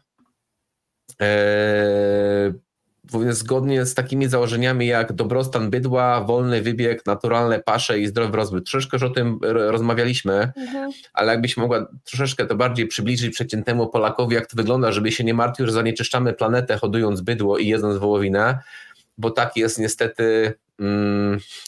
Coraz bardziej jest taki pogląd, nawet jak ostatnio spotkałem sąsiadkę we windzie i rozmawialiśmy trochę, ona pracuje w restauracji i mówi, no przestałam jeść mięso, bo chcę ratować planetę. Wcale tak to nie wygląda i po prostu przybliż to przeciętnemu Polakowi, jak zdrowo dla naszej gleby i dla naszej planety jest właśnie hodować zdrowe bydło. No naprawdę to jest też kolejny temat rzeka, jakby ile jest takich głupot, mitów, że krowa pierdzi i topnieje lodowiec. No to jest ale jest tak, no. No, gdzie jeden wulkan dziennie wyrzuca tyle do atmosfery różnych rzeczy, co nie wiem, wszystkie krowy świata przez 10 lat. Ale to w ogóle jakby nie ma co dyskutować z takimi rzeczami, bo to są, nie wiem jak bzdury. To są bzdury wyssane z palca, kochanie. Tego się nie da opisać inaczej. Ale właśnie jakby teraz świat jest pełny fake newsów, takich samozwańczych ekspertów, od ekologii, od nie wiadomo od czego, od chyba rolnictwa, od wszystkiego. I ci ludzie, i to się jakoś tak niesie, bo to są emocjonalne rzeczy, no lodowiec topnieje, krowę się zabija i tak dalej, i tak dalej. To są naprawdę poruszające rzeczy. Oczywiście jedno z drugim nie ma absolutnie nic wspólnego, ale można powiedzieć, że tak jest i wtedy wszyscy się ekscytują tym i gwiazdy, które codziennie mają na sobie inne skórzane buciki i tak dalej, mówią: ojej, ale ja to mięsa nie zjem w życiu. Tak? No to po prostu to jest po prostu jakaś paranoja i ludzie lubią takie proste wrzutki, lubią się właśnie czymś emocjonować, lubią w ogóle lobby, po to jest, politycy po to są, żeby tych ludzi właśnie sterować ich emocjami, ich świadomością w zasadzie, tak? I to wszystko jest niestety wypadło na krowy. Więc... Kochanie, wypadło na krowy, już ci tylko tłumaczę, ponieważ firmy, które opłacają rozpowszechnianie takich wiadomości, mają udziały w firmach przykładowo Beyond Meat. Czyli to jest firma wegańska, która ma burgery wegańskie i to są bardzo duże udziały i robią na tym bardzo dużo pieniędzy. Dlatego jest nagonka na naszą ukochaną wołowinę. To całe lobby się zaczęło z tym mięsem, to już były te firmy właśnie te, co robią te produkty bezmięsne. Już całe fabryki, już to było przygotowane, jeszcze trzeba było zrobić to wokół tego, tą robotę taką fake newsową, informacyjną. No niestety ofiarami tego wszystkiego tak naprawdę można powiedzieć, że jesteśmy my wszyscy. Dlatego, że mamy w głowie jakąś sieczkę, już sami nie potrafimy odróżnić prawdy od kłamstwa i tak naprawdę później są jakieś problemy zdrowotne tych dzieciaków, bo jakieś rąbnięte, no dobra, nie chcę tak powiedzieć, no ale powiedzmy jakieś osoby, które nie są powiedzmy ekspertami od dietetyki i odżywienia, same wymyślają diety swoim dzieciom, swoim kotom, czy psom, żeby nie jadły właśnie, broń Boże, tego mięsa, a trującego mięsa, nakładają 30 par pantofelków skórzanych, no to no po prostu potem takie dziecko, które ma jakieś niedobory witamin, problemy z rozwojem, nie wiem, układu nerwowego. Przecież można zobaczyć, jak wygląda nawet przekrój naszego społeczeństwa, jeśli chodzi o wzrost. Jak były niedobory tego mięsa w diecie, byliśmy znacznie niżsi niż teraz, tak? Tak samo w okresie wojny, gdzie były problemy z żywnością i tak dalej, ludzie nie rośli tak, jak teraz sobie idziemy. I ta młodzież 14-15-letnia już ma 1,90 m i tak dalej, no to nie jest z wyniku hormonów wzrostu, to jest po prostu dlatego, że teraz jest jest nagonka na nasze ukochane mięso, które było częścią nas przed 4,5 miliona lat ewolucji. No i od jakoś ostatnich 100 lat, wiadomo, że od jakieś 8000 lat w ogóle zaczęliśmy jeść więcej zbóż i więcej roślin, ale jest straszna nagonka od ostatnich jakichś 100 lat, od jakichś 1920 lat i jesteśmy coraz bardziej schorowani. Do tego to mięso jest potrzebne i my właśnie, ty też w sumie po to robię to, co robię, żeby ludzie mieli wybór. I ja chcę uświadomić ludziom, że mięso jest zdrowe, że hodowla bydła, o której zaraz opowiemy, ponieważ jesteś specjalistką w hodowli bydła, wcale nie jest tak straszne dla środowiska, a wręcz przeciwnie. Także chcę uświadomić ludziom, żeby się nie bali mięsa, żeby nie słuchali bzdur i żeby ludziom uświadomić, że mięso musi być częścią zdrowia i żeby nie kojarzyć zdrowia ze sałatkami, tylko właśnie z wołowiną, która jest praktycznie najzdrowszym mięsem dla naszego gatunku Homo sapiens, ponieważ my jesteśmy jego gatunek mięsożercami, karniworami. I tak jak nasze kochane pieski, tak jak koty, też powinniśmy jeść przede wszystkim mięso. Ale dobra tego dobrego. Kochanie, powiedz nam tylko w skrócie, jak to mięso się hoduje i czy to jest prawda, że zużywamy tyle wody i niszczymy planetę? Jak to tam wygląda? No przede wszystkim jeszcze chciałam dodać, że jak mamy właśnie jakieś tam pastwisko, na którym sobie rośnie trawka i rośnie wiele gatunków endemicznych dla danego miejsca traw, ale tych różnych ziół, kwiatków i tak dalej. W tym się te wszystkie robaczki, owady i mieszkających zwierzątek, tak jest. Zwierzątka tak. I to jest właśnie przeciwdziałanie po pierwsze monokulturze, która jest związana z hodowlą zbóż i tak dalej, gdzie wszystko inne jest wybijane, żeby tylko rosło jeden gatunek określony danego zboża, czy jakiejkolwiek innej uprawy, czy kukurydzy, czy coś. To jest zachowanie właśnie endemicznych gatunków zwierząt i roślin. Po pierwsze. Po drugie, to, że takie bydło potrzebuje dużych przestrzeni, dużych pastwisk. To jest dla nas ratunek przed betonozą, przed tym, żeby właśnie zamieniały się te wszystkie tereny w miasta, miasteczka i wsie. To jest super dla środowiska, to, że ta woda właśnie wypijana przez bydło, to ja sobie nie wyobrażam. O, jest teraz. Niko, chodź tu. No, mówiłem, zaraz się budzi. Dalej, chodź tu, co ty robisz?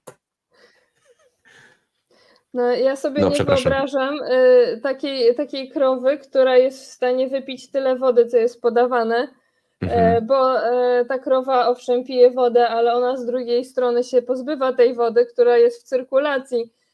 Krowa nie jest studnią bez dna albo takim wielkim balonem, który się tą wodą napełnia i na końcu jest gigantycznym balonem, bo chyba tak te kolutki sobie wyobrażają to wypijanie tej wody, bo ja nie wiem, jak inaczej to można by było sobie wyobrazić. A przeważnie jest tak, że krowy też biorą wodę, mogą brać wodę z trawy, którą jedzą, także wcale tak dużo nie muszą pić, a poza tym piją wodę ale wszystko, co one z deszczu i wszystko, co one wypijają, to naprawdę nie napompuje ich ta woda, tylko to wylatuje i wraca do obiegu i krąży sobie w obiegu. Tak, dokładnie. Po prostu. Tak. I ona nie znika, nie straci jej nikt. Po prostu to... I to jest zupełne przeciwieństwo, co się robi, jak mamy właśnie zboża albo roślinność. Nie dość, że zabijamy tą całą florę w ziemi, zabijamy wszystkie bakterie zdrowe, zabijamy wszystkie zwierzęta, które tam mieszkały i mało tego, jak zabijamy te małe zwierzątka, to ptaki, które je jadły, też muszą gdzieś indziej się przenieść, żeby znaleźć pożywienie. Także my nie tylko zabijamy te małe zwierzątka, niszcząc je kombajnami i tak dalej, zabijamy ich domki, to jeszcze praktycznie zabijamy kolejne zwierzątka, które jadły te zwierzątka, które tam były, które tam mieszkały, nie? Cała cyrkulacja, tak, wszystkie zależności są zerwane właśnie przez kulturę, to jest zaprzeczenie proekologiczności. Dokładnie. I właśnie jakby my o tym rozmawiamy, to wydaje się dosyć oczywiste, ale jak się posłucha właśnie tych komentarzy różnych dziwnych osób, to się wydaje po prostu niebywałe, jak w ogóle oderwane od rzeczywistości to jest. Tak. I czy one nie mają w ogóle jakiejś elementarnej, nie wiem, logiki, wyobraźni, żeby sobie odpowiedzieć na pytanie, co jest tak naprawdę problemem. Powiem ci, ja to rozumiem w taki sposób. Jakiś grecki filozof, czy obojętnie kto tam takie miał powiedzenie, że im dłużej będziesz powtarzał to samo kłamstwo, tym bardziej one się stanie prawdą. Także jeżeli ktoś praktycznie cały czas ci wmawia, że będziesz miał raka, jak będziesz jadł mięso, tłuszcz się kojarzy z cholesterolem, cholesterol się kojarzy z zawałami serca, krowy niszczą planetę, i to jest w kółko powtarzane, w końcu dla tej osoby, która to ciągle słucha, stanie się prawdą. I ciężko jest właśnie takim osobom jak my przedostać się do umysłu tych osób i powiedzieć: chwila, moment, coś jest nie tak, posłuchaj innej wersji i po prostu podejmij swoją decyzję o danym temacie. No najlepsze Także, w ogóle, najlepsze w ogóle jest to, że te wszystkie takie właśnie wynalazki, które udają mięso, są tak naćpane chemią, jakimiś w ogóle jakimś syfem kompletnym i potem ci ludzie właśnie jedzą te dziwne chemiczne stwory, coś, co uległo jakiejś totalnej 1000 razy przetworzeniu. I nie zjedzą naturalnego kawałka mięsa krowy, która jadła trawę i po prostu i to jest na końcu tylko mięso, żadnego przetworzenia w tym nie było. Natomiast tutaj znaje się jakichś tych właśnie przetworzonych, nawet nie wiem co to jest. Substancji. To są substancje chemiczne, które nie powinny się znaleźć w ogóle na naszym talerzu albo w naszym organizmie. Nigdy. I potem dopiero są alergie z tego wszystkiego, jakieś depresje, jakieś dziwne rzeczy, bo w ogóle też te wszystkie kwestie z tym, że nam się rozregulowuje układ hormonalny, moim zdaniem to też wynika z tego, że ci ludzie jedzą tej soi i całe mnóstwo jest soja jest bardzo, tak, masz rację, soja jest bardzo estrogenna. Czyli wzrasta nam nienaturalnie poziom estrogenu. No faceci tego jedzą, potem się dziwne rzeczy dzieją. Kobiety też nie mogą jakoś tych hormonów za dużo spać. Także jak ja sobie słyszę, wiesz, że ktoś tak się zdrowo, świadomie odżywia i mi opowiada, jakie to po prostu... Sałatki z tofu. No... Jakby wszystko jest dla ludzi, ale z jakimś trzeba podchodzić do tego wszystkiego jakimś minimalnym rozsądkiem. Ja nie mówię, że na śniadanie, obiad i kolację trzeba jeść steka, ale właśnie najgorszy jest taki jakiś, nie wiem... Unikanie wołowiny jest bardzo niezdrowe. No, generalnie unikanie zróżnicowanej, bogatej diety opartej o produkty jak najmniej przetworzone, to jest moim zdaniem zupełnie postawienie wszystkiego na głowie. Takich zasad właśnie jak najbardziej. Jak najbardziej. Powiem tak, ja szkolę ludzi od chyba, teraz będzie 19 lat już. I jeszcze nie spotkałem się z nikim, który by nie poprawił sobie zdrowia i samopoczucie, wdrażając czerwone mięso w swoje odżywianie. Nie ma czegoś takiego. Wszyscy, co do jednego, zawsze mają mniej problemów zdrowotnych, mniej problemów z psychiką, więcej motywacji, więcej testosteronu, sprawniejsze ciało. Jest tyle różnych prozdrowotnych takich pozytywnych skutków wdrożenia czerwonego mięsa w życie człowieka, w dietę człowieka, że tego się nie da zaprzeczyć, że rzeczywiście wołowina ma mnóstwo takich czynników zdrowotnych, jeżeli chodzi o odżywianie i o zdrowie człowieka. Nie? Tego się nie da zaprzeczyć. Widziałem to... Ma mnóstwo witamin i składników odżywczych, które są przede wszystkim łatwo przyswajalne, bo teoretycznie niby mówią, że wszystko można suplementować. No, po pierwsze po co, jeżeli można mieć to po prostu jako ze źródła normalnego jedzenia, a po drugie też jeżeli coś jest łatwo przyswajalne, to mała ilość nam zapewni to, że mamy już to zapotrzebowanie swoje zaspokojone, a tutaj nie wiem, ile trzeba jeść tych suplementów, ile się z tego wchłania. W zasadzie nie ma nawet takich badań, no bo nikt tak naprawdę, suplementy diety nie podlegają takim chyba aż restrykcyjnym badaniom jak normalne leki i dlatego w zasadzie jaki to ma wpływ na zdrowie, takie przyjmowanie tych tableteczek, i jaki to ma sens. To jest kolejny marketing, ponieważ jak zdemonizujemy mięso, to człowiek choruje, prawda? Ale możesz nie chorować, bo mamy suplementy diety. Suplementujemy dietę ubogą w jakieś tam odżywcze witaminy, minerały, czy tam białko, prawda? Ale tak jak mówisz, po co suplementować, skoro możemy zjeść coś, co to wszystko posiada od razu i jest łatwo przystajalne i zdrowe dla nas, prawda? No więc właśnie. My jemy steki i nie narzekamy na zdrowie, prawda? No absolutnie, ja nie narzekam. Także, no ale to wydaje mi się, że robisz super robotę, że w ogóle taką dyskusję prowadzisz i że jesteś dosyć odważny, dlatego że no teraz ta poprawność polityczna to no jest taka, że pewnych rzeczy lepiej głośno nie mówić, także w ogóle no jesteś tutaj... narażasz się na różne... Wiesz co, ja nie podejmuję w ogóle... Mnie polityka tak szczerze nie interesuje. Ja co robię, to ja chcę ludziom dać wybór. Wybór i powiedzieć prawdę, jak wygląda funkcjonowanie naszego ciała, co mamy jeść, żeby żyć zdrowo, co mamy robić, żeby żyć zdrowo. Dlatego stworzyłem cały projekt Sukces.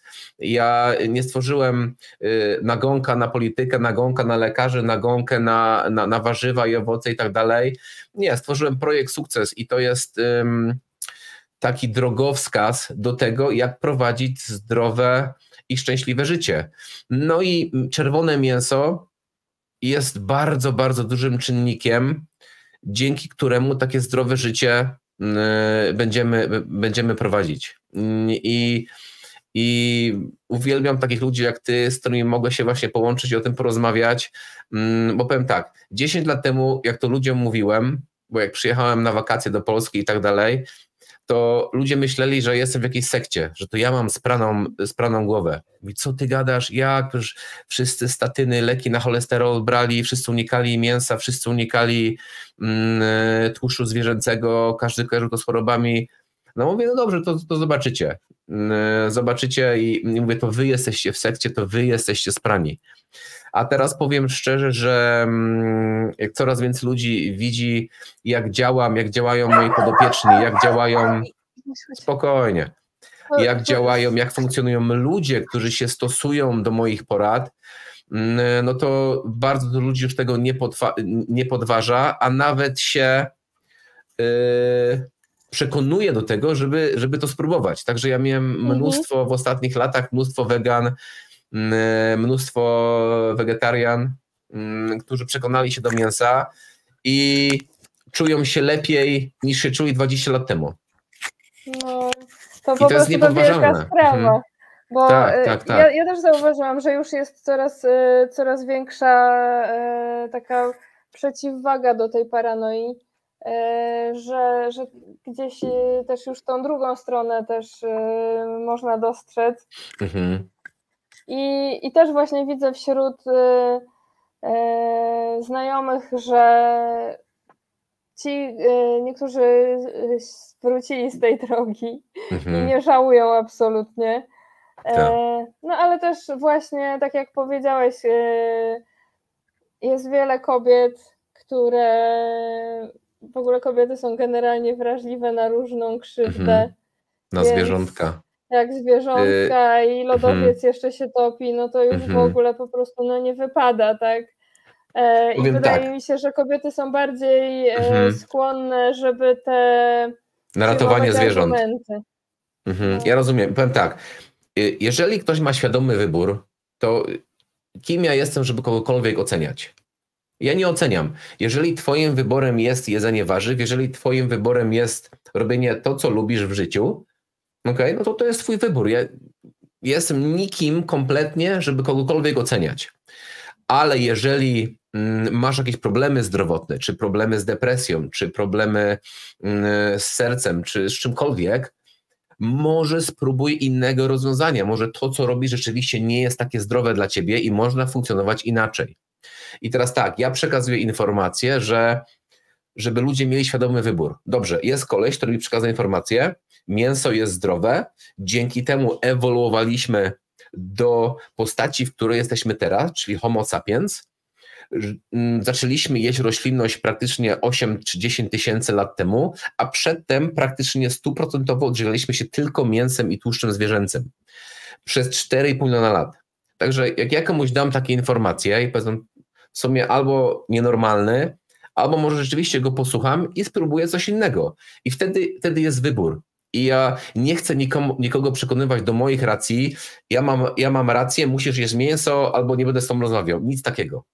Ja chcę, żeby ludzie po prostu mogli podjąć świadomy wybór, żeby wiedzieli, co to jest zdrowe mięso, żeby wiedzieli, gdzie mogą je dostać, okay? Żeby wiedzieli różnicę między marketowym mięsem albo mięsem takim, jak wy oferujecie.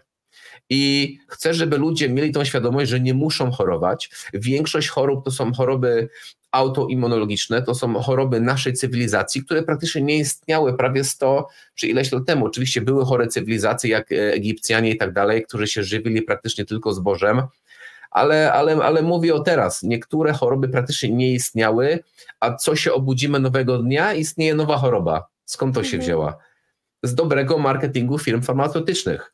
No i ja po prostu te informacje chcę ludziom przekazać i jak ktoś wtedy wybiera, dobra, ja lubię makaron, ja lubię się tak odżywiać, ja lubię wegańskie jedzenie, lubię warzywa, nie lubię mięsa i to jest mój świadomy wybór.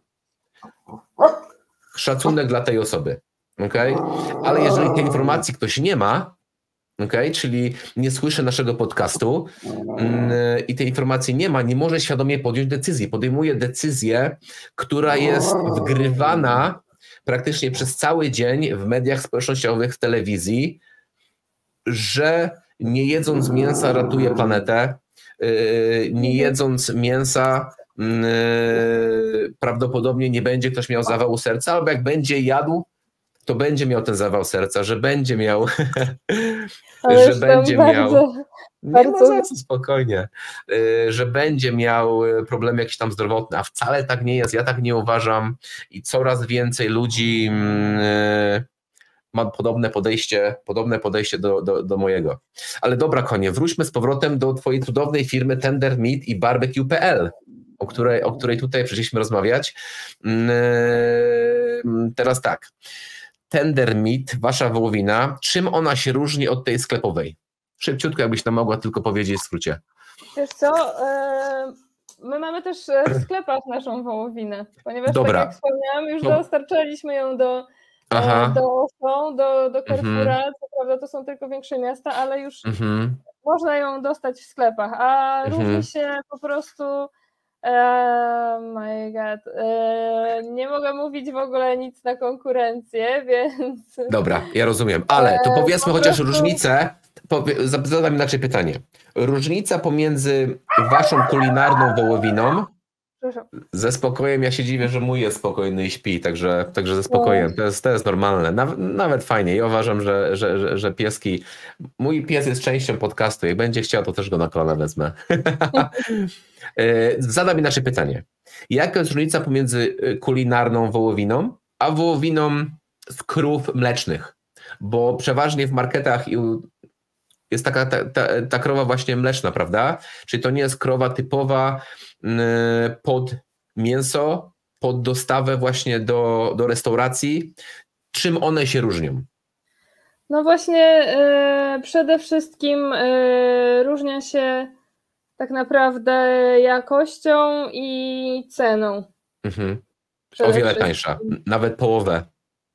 No taką nawet mleczną, więcej. No nawet więcej. Taką mleczną krowę można kupić nawet za 70 zł, antrykot, rozbew można 65-60 kupić kilogram, z kością można kupić 41 zł. No więc właśnie, no to jest wołowina taka, powiedzmy, która nie sprawdzi się jako rozwiązanie stekowe, czyli nie będzie na tyle krucha i na tyle delikatna, żeby z niej zrobić steka, chociaż jest sprzedawana również w postaci steków, ale wtedy niestety często konsument sobie ją kupuje, przygotowuje i mówi, ta wołowina to jest jakaś ściema, to po prostu się do niczego nie nadaje, to jest twarde i niedobre.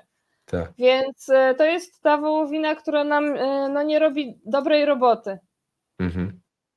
Bo jak ktoś mówi, dobra, to ja sobie najpierw kupię takiego steka za 30 zł, zobaczę jak to smakuje, czy inwestować w takiego droższego w ogóle.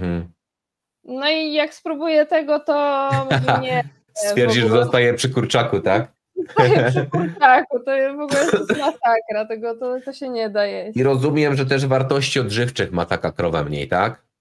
To znaczy ona może, taka krowinka, która się wysłużyła 20 lat, dawała to mleko i jakby, żeby wyprodukować dużo mleka, trzeba dać dużo z siebie. No i ona już jest taka wysłużona, no i z automatu to mięso nie będzie miało tych wszystkich walorów, które ma taki młode bydło, wesołe, które sobie ładnie przybrało na mięśniach, na tłuszczyku, było szczęśliwe, wypoczęte, no i miało życie krótsze, ale też o wiele przyjemniejsze niż ta koleżanka, tak? Tak. I to widać w smaku, w kruchości. Jasne. Zdecydowanie stąd jest różnica w tej cenie i zdecydowanie będzie różnica w satysfakcji kulinarnej. Dobra, także jeśli chcemy zjeść dobrego steka, to barbecue.pl, wszystko na temat. Barbecue.pl. Są też inni dostawcy dobrego mięsa, oczywiście, ale ja mogę nieskromnie powiedzieć, że my jesteśmy na pewno jednymi z najlepszych. Kochanie, powiem Ci tak, ja o sobie myślę, że jestem najlepszym doradcą i trenerem w Polsce. I po prostu nie, że się wywyższam, że myślę, że inni są gorsi, ale ja się staram takie zasady wprowadzać, taką jakość mojej usługi wprowadzać, że mnie się wydaje, że już lepiej tego robić nie mogę i że staram się, żeby każdy był zadowolony i wy myślę, że robicie to samo. Staracie się najlepszą możliwą jakość i serce włożyć właśnie w to, co robicie, prawda? Także żaden wstyd powiedzieć, że myślisz, że jesteście najlepsi. Jednymi z wielu, tak? Ale na pewno można już dostać tą bardzo dobrą wołowinę i w różnych butchery shopach, bo też się takie pojawiły. I tam też dostarczamy surowiec, bo my ściągamy właśnie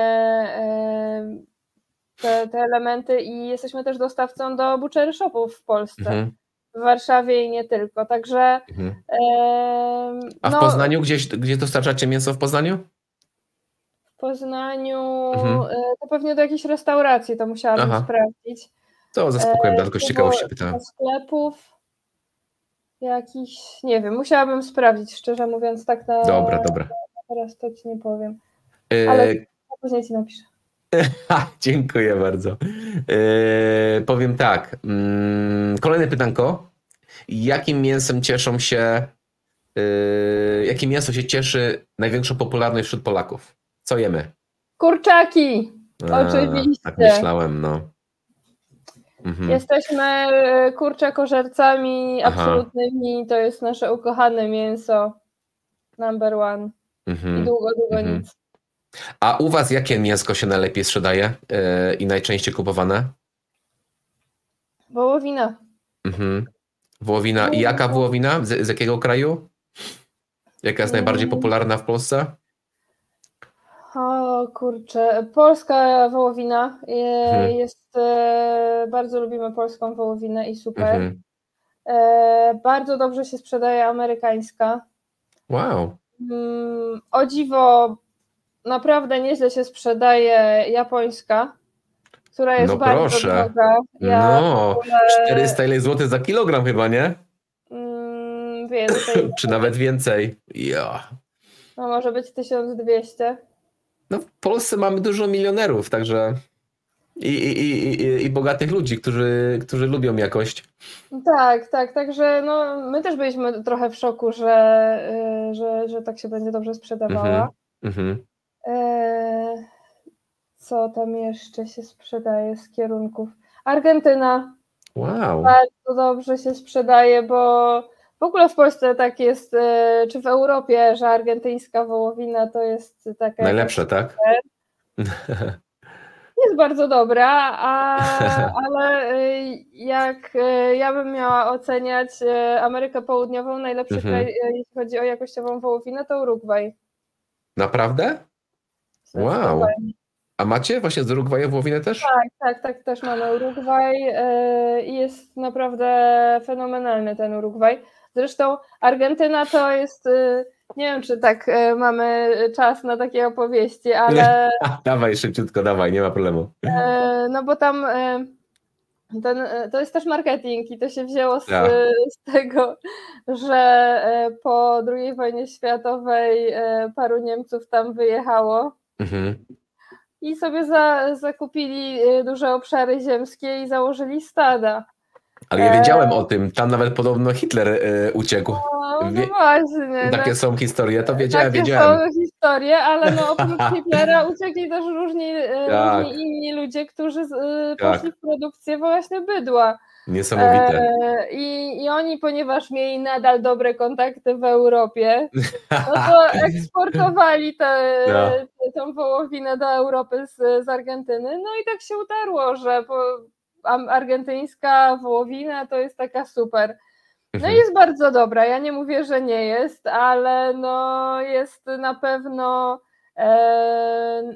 ja bym jej dała drugie miejsce na podium za Urugwajem, dlatego że Urugwaj, oni później zaczęli trochę tą produkcję, ale jak się skapnęli, że właśnie, że w Argentynie to jakoś tam dobrze się potoczyło, to oni uruchomili u siebie tą produkcję, ale już w bardzo taki zorganizowany sposób to zrobili i cały ten właśnie proces produkcji fajnie sobie ułożyli pod kątem właśnie produkcji takiej jakościowej wołowiny i właśnie z tą powtarzalnością w ogóle nie wiem, od kogo oni ściągali tą produkcję, ale no nie wiem, czy od Amerykanów, czy Australijczyków, wszystko jedno, bo to wszystko jest podobne. Ale już to sobie tak zorganizowali, że naprawdę i oni mają właśnie tak bardziej grain-fedowe, bo poszli bardziej w tym stylu amerykańskim. I faktycznie to jest świetna wołowina. Oni mają na przykład też te 300 dni grain-fed. A one to bardzo tak dużo. Jak właśnie wyglądają prawie jak ta japońska najdroższa wołowina. No, przyłożyli się do tego, tam jest znacznie więcej, że tak powiem, bydła niż mieszkańców. To oni już powinni w ogóle wody tam nie mieć chyba, nie? No raczej. Najbardziej zanieczyszczony kraj na świecie. Tak powinno być, ale chyba jest wręcz odwrotnie. Chyba jest na odwrót, tak. I mają właśnie mnóstwo tych pastwisk, mnóstwo zieleni, mnóstwo natury, naprawdę bardzo czyste środowisko, dzięki temu, że tam właśnie jedziemy do Urugwaju. Tak, to jest właśnie bydło, nie ma żadnego innego takiego naprawdę brudnego przemysłu, tylko są te łąki. Niesamowite. No i świetny mają produkt i no. Dobra. Ostatnie pytanko mam do ciebie. Jak wygląda właśnie transport z takiego kraju, z Urugwaju do nas? Jak później wygląda transport do przeciętnego klienta? Nie mówię do restauracji, pewno jest tak samo, ale do przeciętnego Polaka, który chciałby sobie zamówić jakąś tam wołowinę od was. Okej, no to najpierw wołowina sobie płynie kontenerowcem. I ona jest zamrożona, rozumiem, tak? Nie, ona jest chłodzona. Wow. Tylko właśnie mięso wołowe może mieć długie terminy przydatności do spożycia. I to jest tak spokojnie 3 miesiące. Ona sobie dojrzewa w tym czasie, jak sobie płynie takim kontenerowcem. Wołowina dojrzewa fizycznie do 28 doby. Tak naprawdę, czyli dojrzewa, czyli kruszeje. Tam zachodzą procesy enzymatyczne w mięśniach, które powodują kruszenie i tak te włókna się stają bardziej elastyczne i miękkie. Tak się tam takie połączenia zrywają. To jest taki proces chemiczny, który, jeżeli wołowina ma odpowiednio niskie pH, może zachodzić. Jak ma za wysokie, to nie zachodzi i wołowina gnije.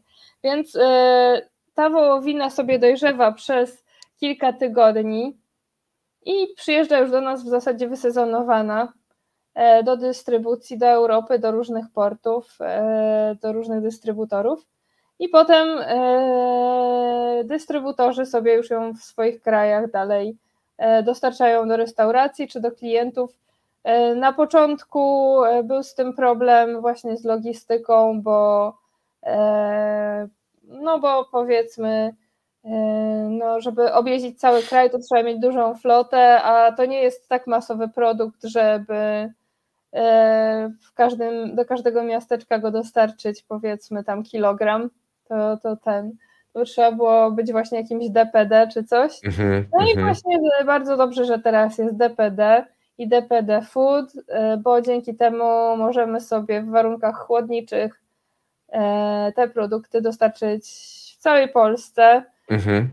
Co prawda DPD Foodem tylko do większych miast w Polsce na razie, ale jak wysyłamy do innych miejscowości, których DPD Food, czyli te chłodnicze warunki nie obejmują, to sobie to zabezpieczamy bardzo dokładnie na czas transportu. Mamy taką usługę Next Day, czyli w 24 godziny ma być mięso dostarczone do konsumenta, do klienta.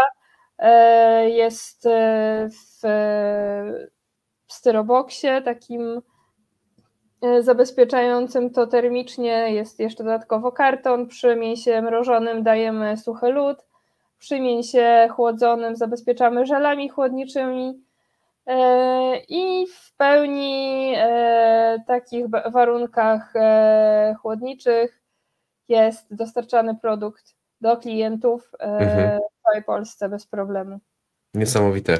Czyli zupełnie inaczej to mięso z tych różnych kontynentów do Was jest dostarczane, ponieważ zupełnie inaczej jest z warzywami i owocami, ponieważ one muszą być niedojrzałe, muszą być pryskane, żeby dotrzeć do nas w takim stanie nienaruszonym. Także zupełnie co innego niż z wołowiną. Ta wołowina praktycznie kruszeje, zdrowieje podczas tego transportu. No tak, dokładnie. To jest ten okres jest bardzo potrzebny wołowinie. Co prawda tam te 28 dni wystarcza w zupełności, ale to jest akurat ten moment, kiedy dopływa kontener do Europy z Ameryki Północnej, Południowej, czy tam z innych części świata i ono jest wtedy dopiero gotowe do sprzedaży de facto. Niesamowite. Po tym czasie transportu. Niesamowite. Super. Dobra, na koniec najważniejsze pytanie praktycznie. Gdzie nasi widzowie, słuchacze mogą kupić Wasze mięso? Oczywiście zapraszamy do sklepu internetowego barbecue.pl, bo tam jest wszystko, o czym marzą wszyscy stekożercy, mięsożercy. I ci, co marzą o zdrowiu, prawda? Bo o tym też dużo mówiliśmy. I ja pragnę, pewno tak jak Ty, żeby wołowina nam się kojarzyła nie tylko z jakością mięsa, ale też z jakością zdrowia i naszego życia. Tego życzę Tobie i tego życzę nam wszystkim. Bardzo Ci dziękuję za rozmowę. Dużo się nauczyłem. Nawet się nie spodziewałem, że tyle informacji od Ciebie otrzymam. Jak jeszcze rozmawialiśmy przez telefon, to mówię, to jest kompletny świr na temat mięsa i miałaś rację, mnóstwo wiedzy, za co bardzo Ci dziękuję. I co? Życzę Wam i sobie, bo praktycznie mamy takie samo marzenie, żeby coraz więcej Polaków jadło dobrą, jakościową wołowinę. No, również dzięki wielkie za zaproszenie. Bardzo miło było porozmawiać na ten temat z Tobą właśnie i mam nadzieję, że to jest początek jakiejś naszej wspólnej tutaj drogi. Również mam taką nadzieję. I że to jest też jakaś powiedzmy taka nowy początek. Nowy początek i sytuacja, która się zakończy właśnie spotkaniem w realu, że sobie razem pogrillować i pogadać już o tym wszystkim właśnie z konkretnym stekiem na talerzu. Na pewno. Jak będziesz miał okazję porozmawiać z Andrzejem, przypomnij mu, że zaproszenie nadal aktualne. Bardzo fajnie też będzie z nim porozmawiać. Dobra, bardzo Ci dziękuję za spotkanie. Życzę Ci miłego dnia. Pozdrowienia dla całej Twojej rodziny. I gratulacje osiągnięcia bardzo dużego sukcesu i spełnienia amerykańskiego marzenia. Dzięki wielkie. Do zobaczenia, pozdrawiam, dziękuję bardzo. No, trzymaj się, cześć.